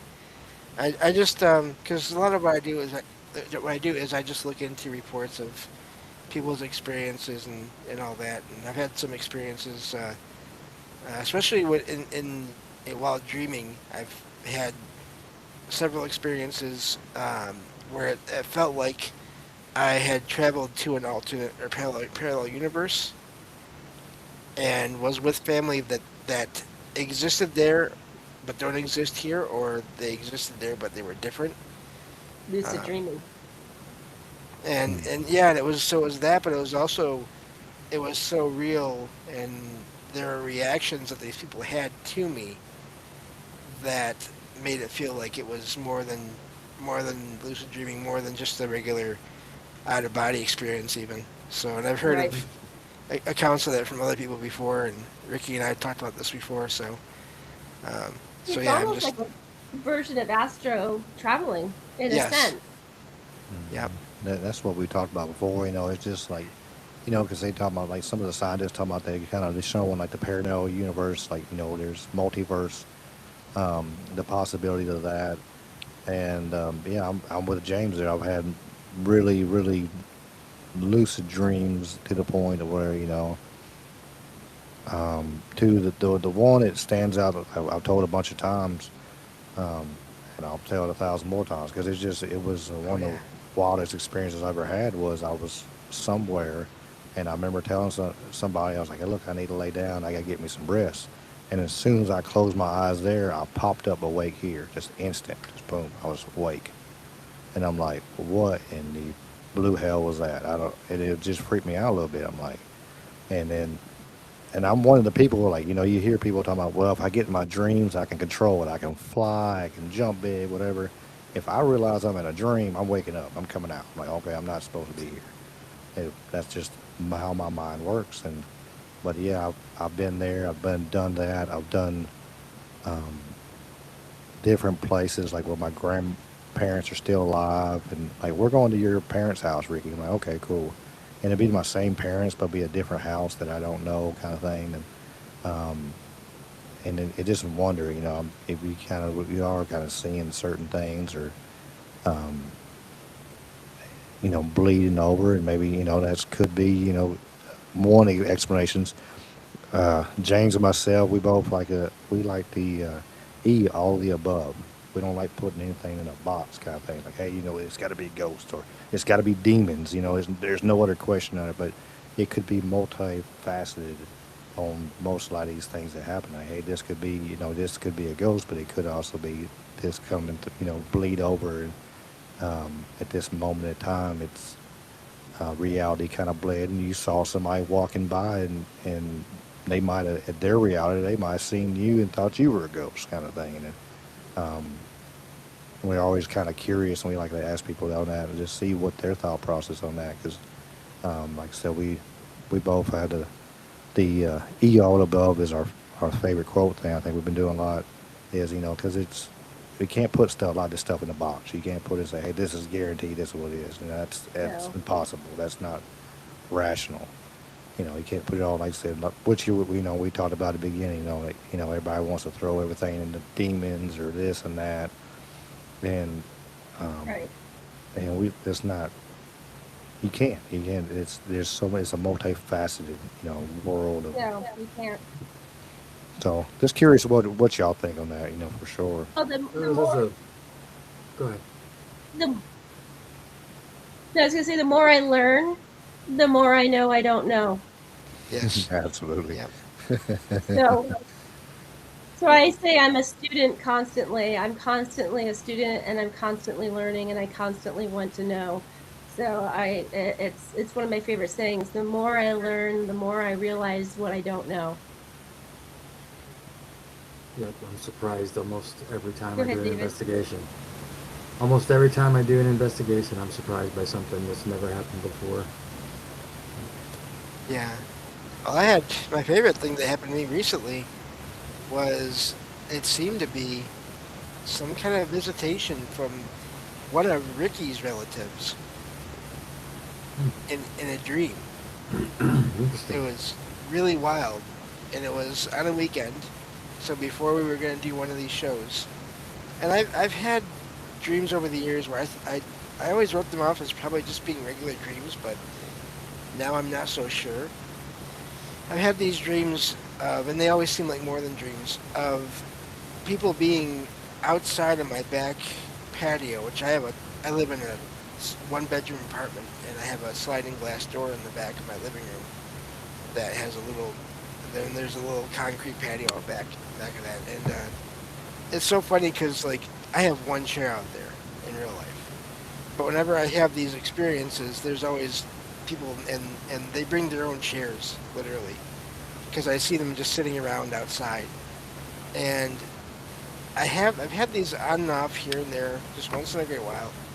These experiences, these felt like more than a dream, where I sensed that they were people, they were spirits of some kind, but they never did anything. They were just out there talking and just visiting and relaxing.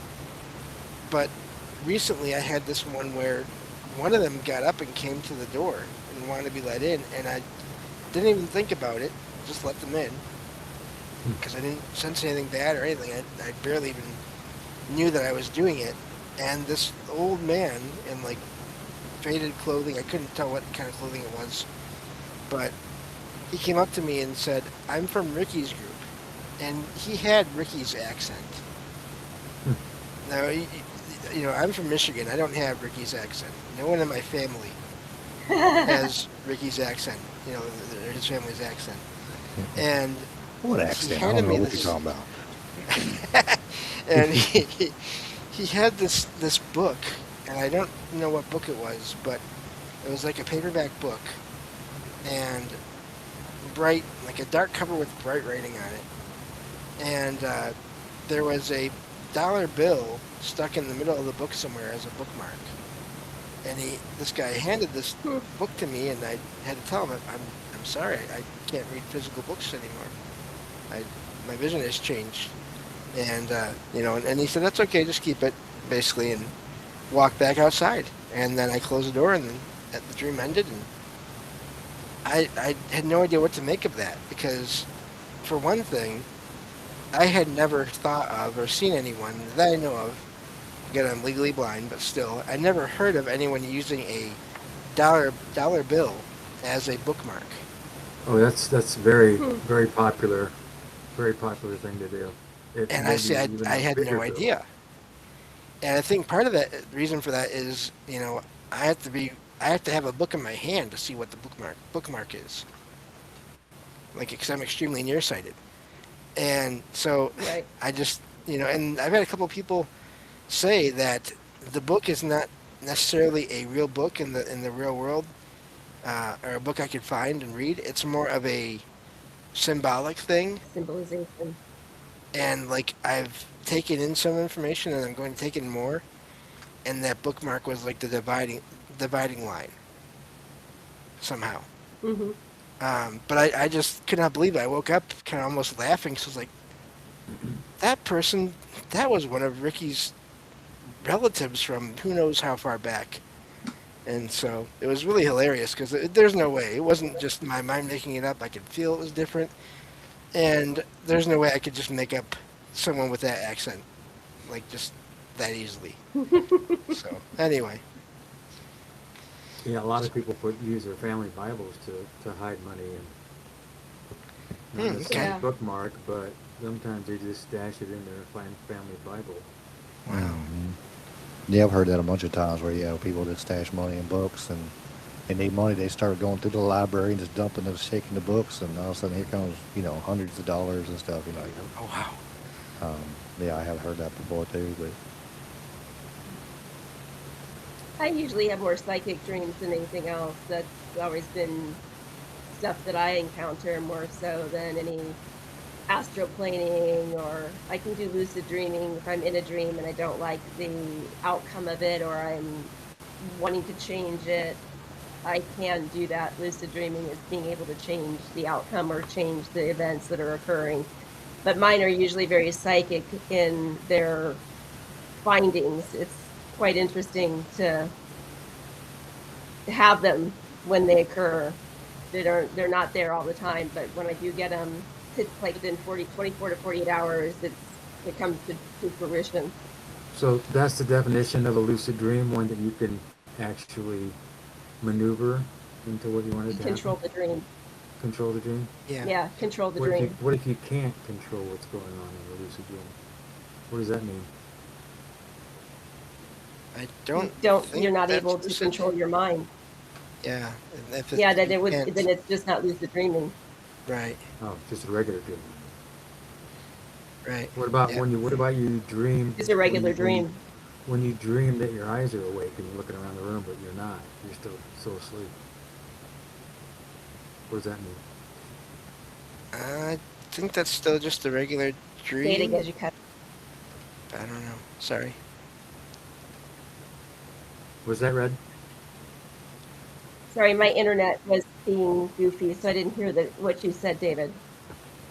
I said, what about having a dream where you think that your eyes are open but they're still closed, but you can see around the room? So I would say that would be your soul.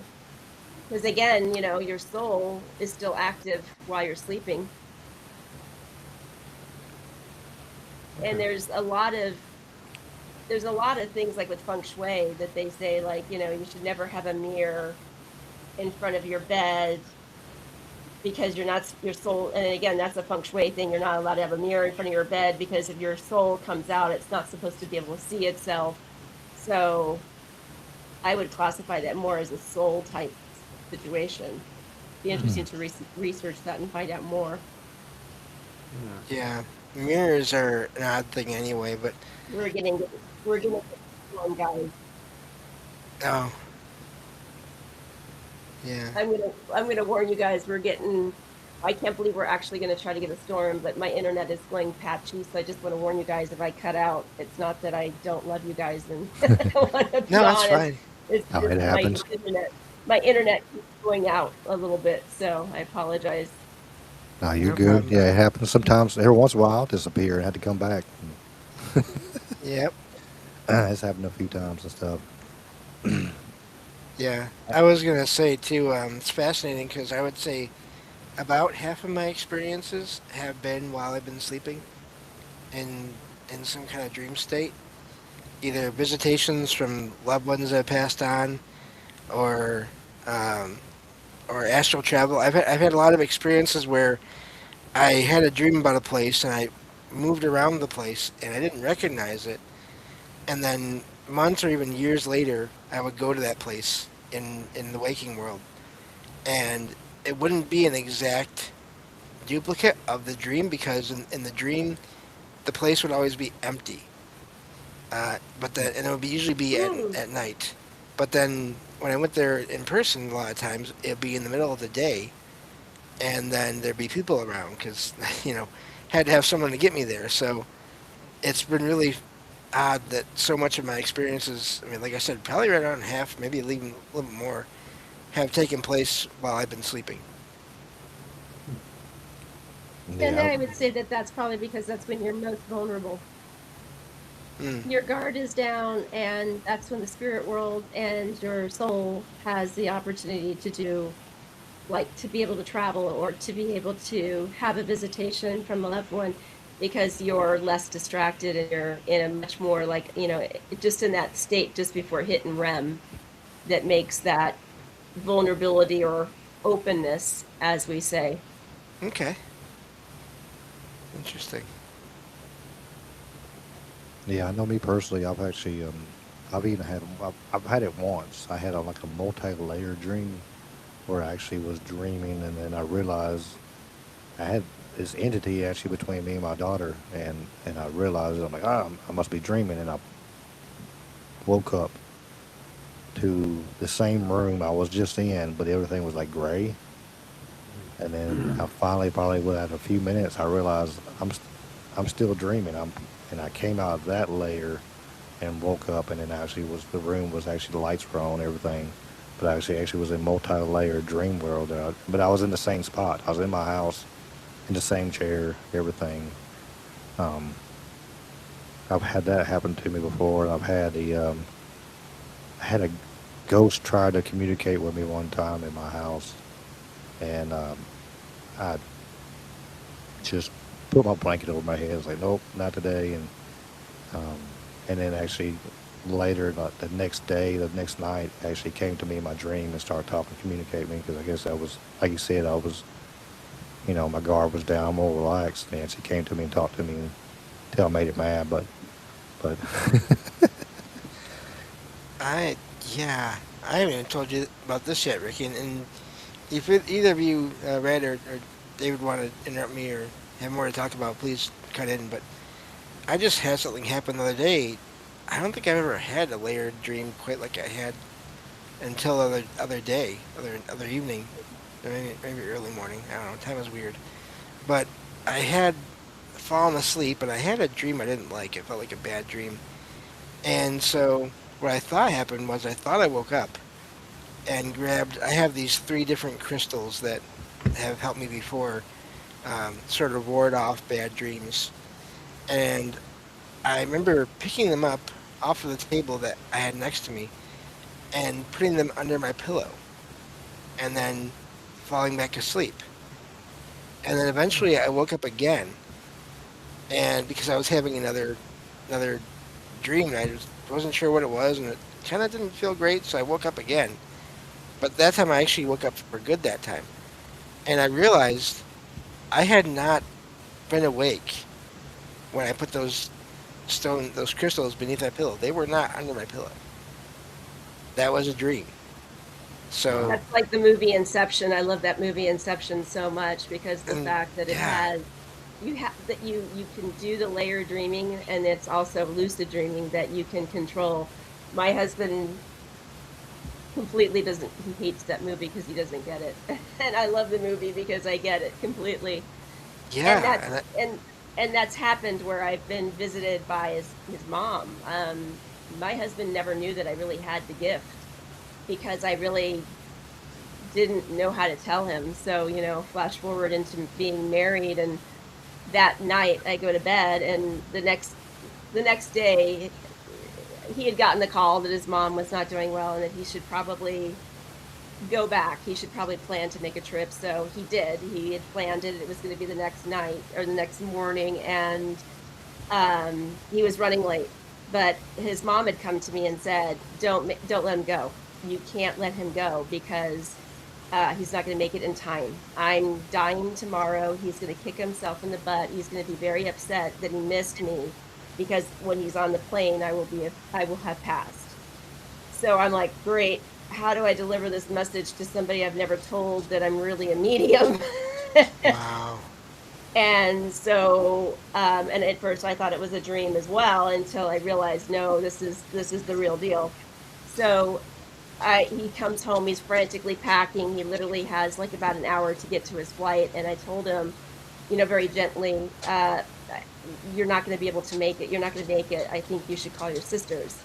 And of course, he's, very frustrated with me and saying, I will make it. I will do it. I'm going to get on the plane. Don't stop. And I'm like, no, you don't understand. And I repeatedly kept saying this over and over again because I didn't really know how else to say it. And then I finally said, your mom only has 30 minutes to live. Call your sisters. And of course, it stopped him in his tracks. And he looked at me like as if I had grown 15 heads.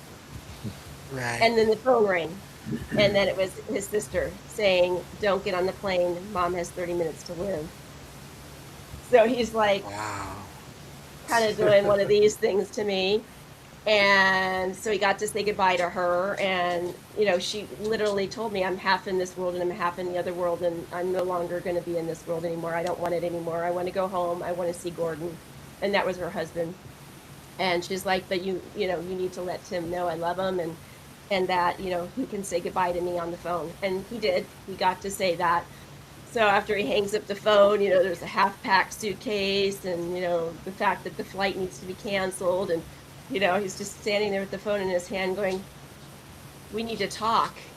And I said, how about those dolphins? They did a great job on Sunday, didn't they? it makes me wonder too if his sisters, if something told them to call when they called. Yeah, the mother. Yeah, they exactly. intuitively they Sort intuitively of. knew. The Yeah, doctor just came in and said, this is yeah, probably it. just reaching out to everyone, trying to make sure everything worked out as well as it could. Right, exactly. She wasn't going to die until she had said goodbye to each one of her children, and she had 5 children, so pretty wild. For sure. Guys, I think I'm gonna have to take off though. It's about 7 o'clock my time here, and I know my husband's probably gonna be going, where's dinner? We're gonna have to go get some dinner together, so. Well, no problem. I appreciate you being here. Um, before you go, you want to give everybody. I know we've had people come and and go. Just a real quick recap of who you are and where to find you at, so that people can look you up. And I did put the link. I got to put it in the Rumble chat in the description, but it is on the YouTube or Oh, through the good. And I website. wasn't sure if that one that I gave you is the correct Medium Red Facebook page, but maybe, I don't know. I, I I didn't got click my, on it. I I just got, copied and pasted, so I didn't even okay. move it. Hopefully it's not to my next, class that I have to do. I'm medium red. I'm based out of Scottsdale, Arizona. You can go to my website. I have some of the podcasts on there that I've done in the past with Within the Cauldron. Obviously, I work with David Wells from Shared Paranormal. I work with Mackinville Paranormal here locally, and also Cajal crew here locally. I do past life regression sessions. I can do those remotely through Zoom. I just did one today with a lady out of Kentucky, actually. And I do one-on-one readings for people. I can do that again through Zoom or in person as well. Paranormal investigations. Go to my website, check me out. Sounds good. I appreciate you being on here, and I dropped your link in the chat so for everybody can check you out.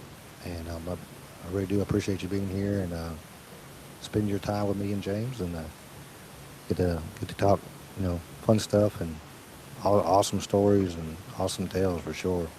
Absolutely.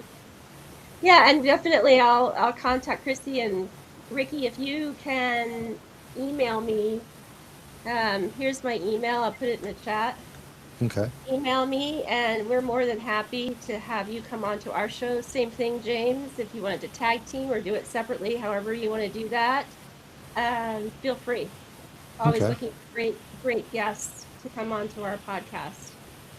And Yeah. Same goes for here. David's as Same well. goes for me. Absolutely. Yeah, exactly. Yeah, Sounds I great. sent James your email, David. I'll send James. I'll send her you Reds also, and then Yeah. Okay. I'll do it right now, or I won't forget. It's not. Thank you guys so much. I'm Yeah. so appreciative and honored to be on your show. It's been great chatting with you guys and talking everything paranormal. It's been wonderful. Yes. It has been. The honor's ours for sure. It's always great to have you know, especially like for me and James, we didn't really get a whole lot experience in like going and actually doing hunts and going to doing stuff like that. And like you said, you've done a couple of small things, James. But Yeah. most of our paranormal activity that we've seen in our lives, I know we're both on kind of the same page. It's like just stuff that just happened. I know me personally, I've had a lot of stuff. Once you look back, it's amazing when you look back in the history, your life. You're like, oh. And then I Yeah. remember I went on James' show several years ago. He's like one of the first ones I went on to and talked about this stuff. And I said, well, I got to make me a list. And I'm like, wow, I've had a lot of stuff happen to me over the years and different things. It's pretty amazing. So, but yeah, I'll sure email you and we'll figure out times and stuff like that. I appreciate you having us on Absolutely. too. Yeah, absolutely. I appreciate it. Sorry I have to take off though, but thank you so much. I appreciate everything you guys have done. David, I'll Oh chat no, with no you problem. later as well. Okay. Yeah, no Sounds problem. Like I good. said before we started, like James and myself, we can get long winded, so we understand. Anybody got to go? It's all good. And I got tons of stories. I could keep you guys on for 5, 6 hours too. So Yeah, yeah. So you just need to come back again. We can do this Oh again. yeah. Y'all can come back and we do more absolutely. stories. And maybe we Yeah, can work out with more y'all's crew can come on, or Yeah, I hope so. and I love to have yeah, y'all that'd be back for great. sure. Not to Yeah, run you off, David. If you can keep on staying, you can, or if you wanna call it 2 hours, it's I up think to I'm gonna you. call it. Yeah, I'm gonna Yeah. call it. I got a big day ahead of me tomorrow, so Oh, I understand. bug out myself. Well, if you would, let's let everybody know how to find you then before you get out of here. Website is sharedparanormal.net. Email is shared.paranormal@gmail.com. YouTube channel is Shared Paranormal Through the Veil. We just published episode 7, and we also put episode 7 on Spotify, so you can see it there as well. Awesome, awesome. Yeah, y'all check them out. I got lucky. I found you on Facebook just randomly. Just kind of popped up. Nice. I was like, well, and I seen you had an email. I was like, well, let me email. I've been trying to go around just like, what are they gonna do? Somebody's just gonna say no if anything, if they reply back or whatever. So I was like, hey, let me try. So I Yeah, Exactly. kudos appreciate to y'all you being on guys. You here. guys did a great bio on us on your page. It was awesome. So I Oh, appreciate no, that. no problem, man. I try to be try to be descriptive and let people know and drop links and stuff like that. Because like I said, we're here to help the community grow with a, for us to grow and help the community grow. And I'm just, we talk about it all the time. It's such a good thing now. I know like 20 years ago, you had a couple of ghost, you got ghost hunters and stuff like that. But where did you could actually go and talk about this stuff? You had Right. stuff that happened to you, and you were like, I can't talk about this stuff. Somebody gonna think I'm weird or I'm crazy or something like that. Yeah.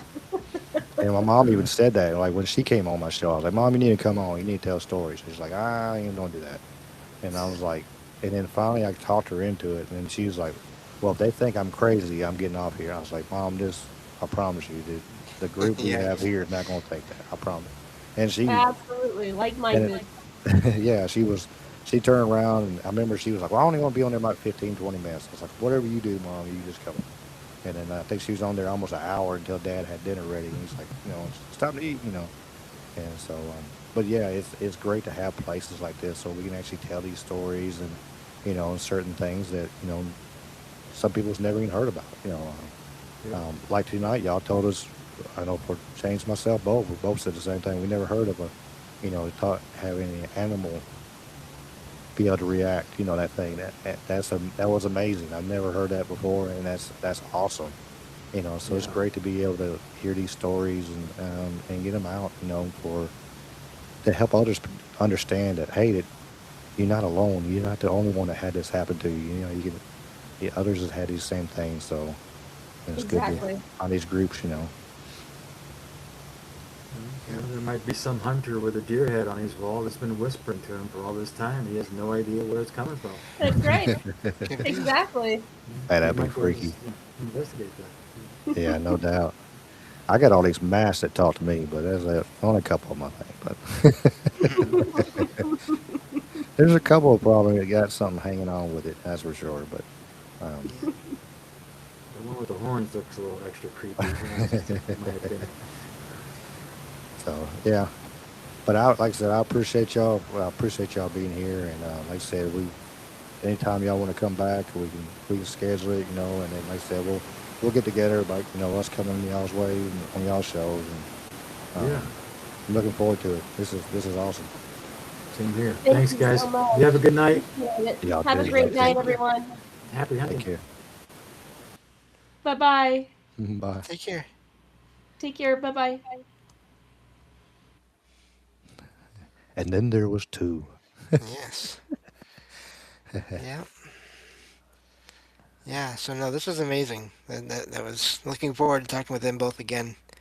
Oh yeah, And yeah. That's pretty cool. Like I said, it's funny how that thing's. I mean, it really was truly me doom scrolling through Facebook, and all of a sudden I seen it. I seen one page. I looked. I was looking. I couldn't find an email, and then messed around and found that page, and I'm like, yeah, I'll check it out. All they can say is no. right. And David emailed me right back real fast, and I was like, "This is awesome. All right, cool." And then he was like, "I'll get the whole team on." I'm like, sounds cool. So I said, maybe tell him next time we can get the whole team, more of the team on and stuff. This was kind of we set this up this week actually. Okay. And he was like, "You just pick the date, we'll be there." I said, "Well, can y'all be there Sunday?" He was like, "Yeah." I'm like, "All right, here we go." So I know that I only gave some of the people just a few days notice, so maybe we can give them a little more heads up and down the road. You never know. Yep. And I Yep. appreciate the chat. The chat is everywhere. We even got Fred in the chat, James. Wow. Nice to see you there, Fred. And we got Matt's out. We got me shout out the chat real quick. Um, we got Jen, Miss Arcane Observer is I think I know here. her from a Is it? certain I show heard she that name. co-hosts with me. Heard that name before, huh? Yeah. And she was here last week. True. Fox Glove Fairy from Toronto. Appreciate you being here. Looks like a first timer. Had Blake and uh, and the monkey listening in the background, watching on TV. Monique was here. Miss Karen was here. I'm not sure who all is still here.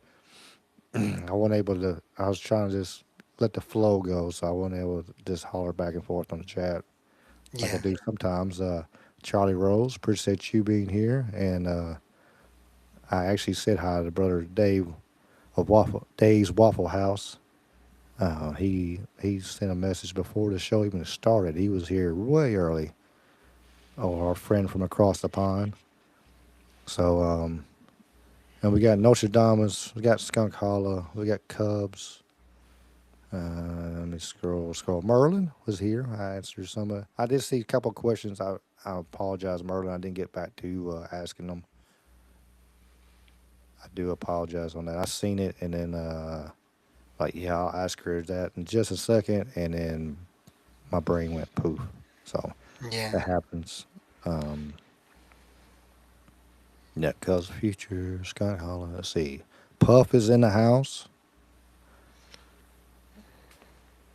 Jason, the real Jason Barker, was in the house too. He had to stop being rude and had entertain his guests and still listen to us. I don't understand that kind of stuff. I don't know what.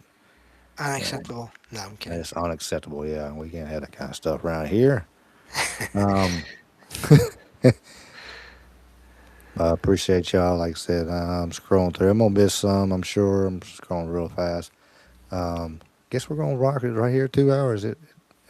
We just got it good. We got it set down pretty good. 2 hour show for Sundays. That's Yeah.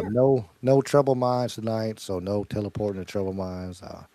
I'll poke my I'll pull up Rumble in a second. See if we can find somewhere that might be good. Who knows? Be a blind send.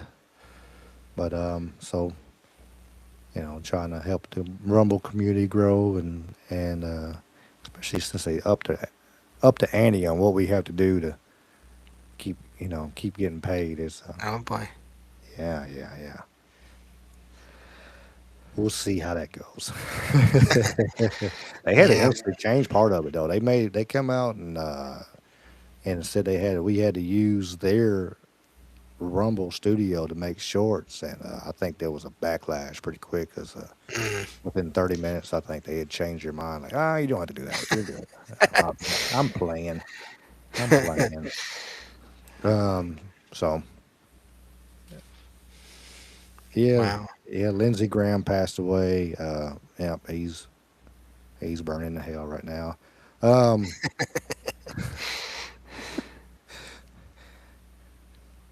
we won't go into politics right now. I did see something. I seen a. I will talk about it Wednesday. Come back Wednesday. We'll talk about Lindsey Graham and the possibilities. The tinfoil hat is coming out on that of what it could have been. There you go. Uh, could be. Was it Russia? I don't know. But and hiker emoji. What's Yeah. up, my Thank you all friend? for being here. Absolutely. However long you will be here. Yeah, I appreciate y'all being here. Um, James, for the lurkers and the ones that do not know, go ahead and tell them about you now. Yeah. So Salcedo Paranormal is the podcast that I started, and like we said earlier, Jen and I do on Saturdays together. And I do many episodes because I don't have a regular 9 to 5 job to deal with. So, um, but I do a we do a podcast, and it's all on paranormal things and experiences and all that. You can find all that at the website, which is salcidoparanormal.com. That's SALSIDO paranormal.com. Find all the episodes there, all the social media, and ways to listen and support the show, and then in the episode descriptions, friends of the show, including Jen, the Arcane Observer, who has her own channel, and yeah, is with me on Saturdays whenever she can make it. So, and we are going to once once we get off here one of these days soon, we're gonna set up and have Ricky on with us again at some point here soon Oh to yeah, talk for about sure. cemeteries. That's just kind of part of where that question came from tonight, because I was really curious from a medium's perspective, you know, what those look like. So, but yeah, so thank you again for Ricky for having me on as well. Oh yeah, it was fun. It's always cool to bounce ideas and stuff like that with other people and especially with Red being a medium and stuff like that, just seeing that kind of how she took at things and David too, but his insight on these things and what they've seen, and it's cool to get some of it confirming ideas, and some of it just throwing out new ideas that they hadn't thought about. That was kind of cool with me too. I know we kind of put ideas out that they hadn't really thought about before. So yeah, I think that was a good thing too. So I got y'all live. I got y'all live tonight for the Rumble. But we'll hit our outro. Of course, let me do my little spiel. I guess make sure y'all check out the links in the description. Rumble. I gotta fix Red's. I gotta put her thing in there. I have not, but I did put it in the chat. I should have pinned it, I guess. But I appreciate y'all. Like I said, I appreciate y'all being here as always. It's always a good time. The chat is always, asking great questions or bringing great insight. Like the copper in dark chocolate. I never knew that a day in my life. I Me wouldn't have either. known that. I never would have looked that up. It's one of them things. I never would have thought of that. But my mom always talks about dark chocolate. You need to eat if I'm over there late at night, they'll mom will give me a piece or whatever. Like, we eat dark chocolate every night. You gotta eat you a piece too. I'm like, all right, I'll eat a piece of chocolate, whatever you want me to do, mom. But that was interesting. And as Red said, we are always learning. Oh yes. There's never ending. It's a never ending journey until we're not here no more. So we're always learning. If somebody says they know everything, they're full of shit. That's all I'm gonna say on that. There Yes. ain't no other words for it. Or calls themselves an expert. That's kind of a red flag too. But if somebody else is called the expert, if somebody else said, "Hey, this is an expert," then he is what he's called. But if he calls Apparently. himself an expert, then it's you gotta question it. But Yep. So I'm told. that's why he's Then you get people the calling you boss. boss all of a sudden. I mean, over on Discord, and it's like, what the heck? That's a little inside I joke see there. the funny comment I got. You got a reply on that. Oh boy, I have to look at On that there, later. it popped up on my little thing on here on my computer, and I started laughing. I think it was Nice. Puff. I think it was. I'll have to look after I get off of here. I don't want Yeah, the yeah, I think it Discord was sounds Puff. He to. said something. I was laughing. I started chuckling there in the middle of the show. I hope they didn't think I'm like, man, he's losing his mind or Oh, something. But I just seen that little pink. It popped up for about 3 seconds. I looked over there and doop, there it went. But like I said, again, I appreciate y'all. Yeah, much love to everybody.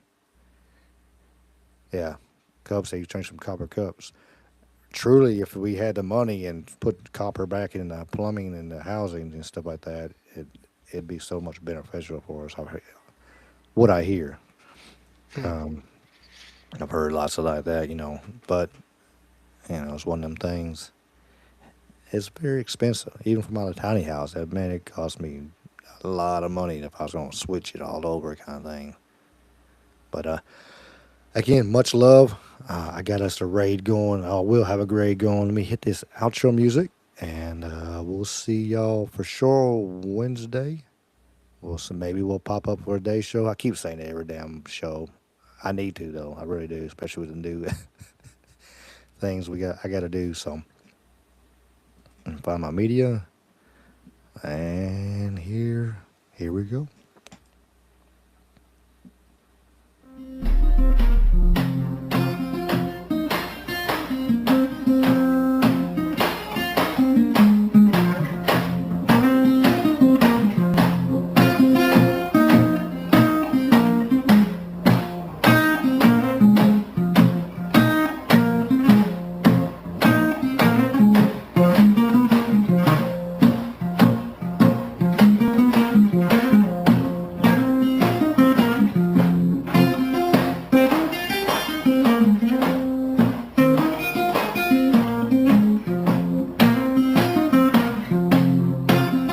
Don't want no shackles.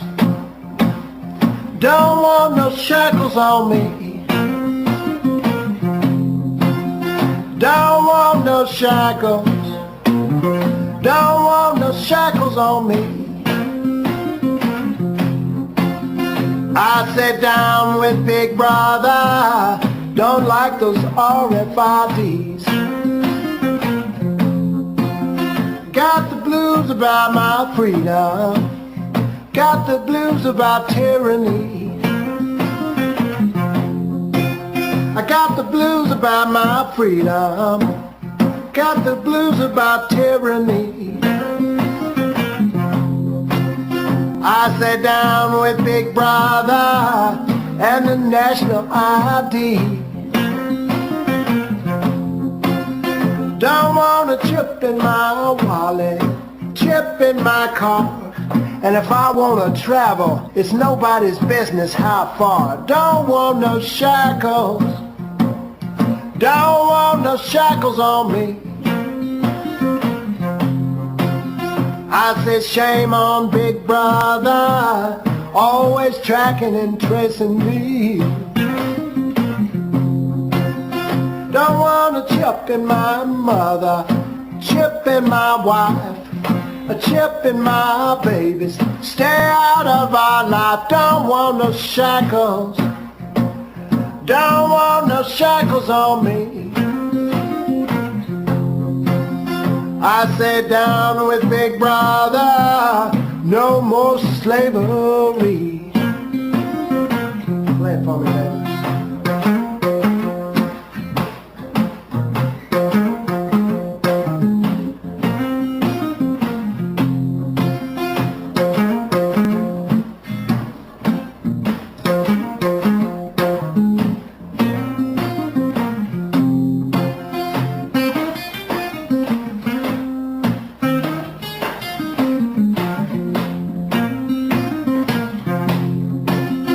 Now, do you want a chip in your forehead, a chip in your arm, always tweaking your brain and causing you harm? Don't want no shackles.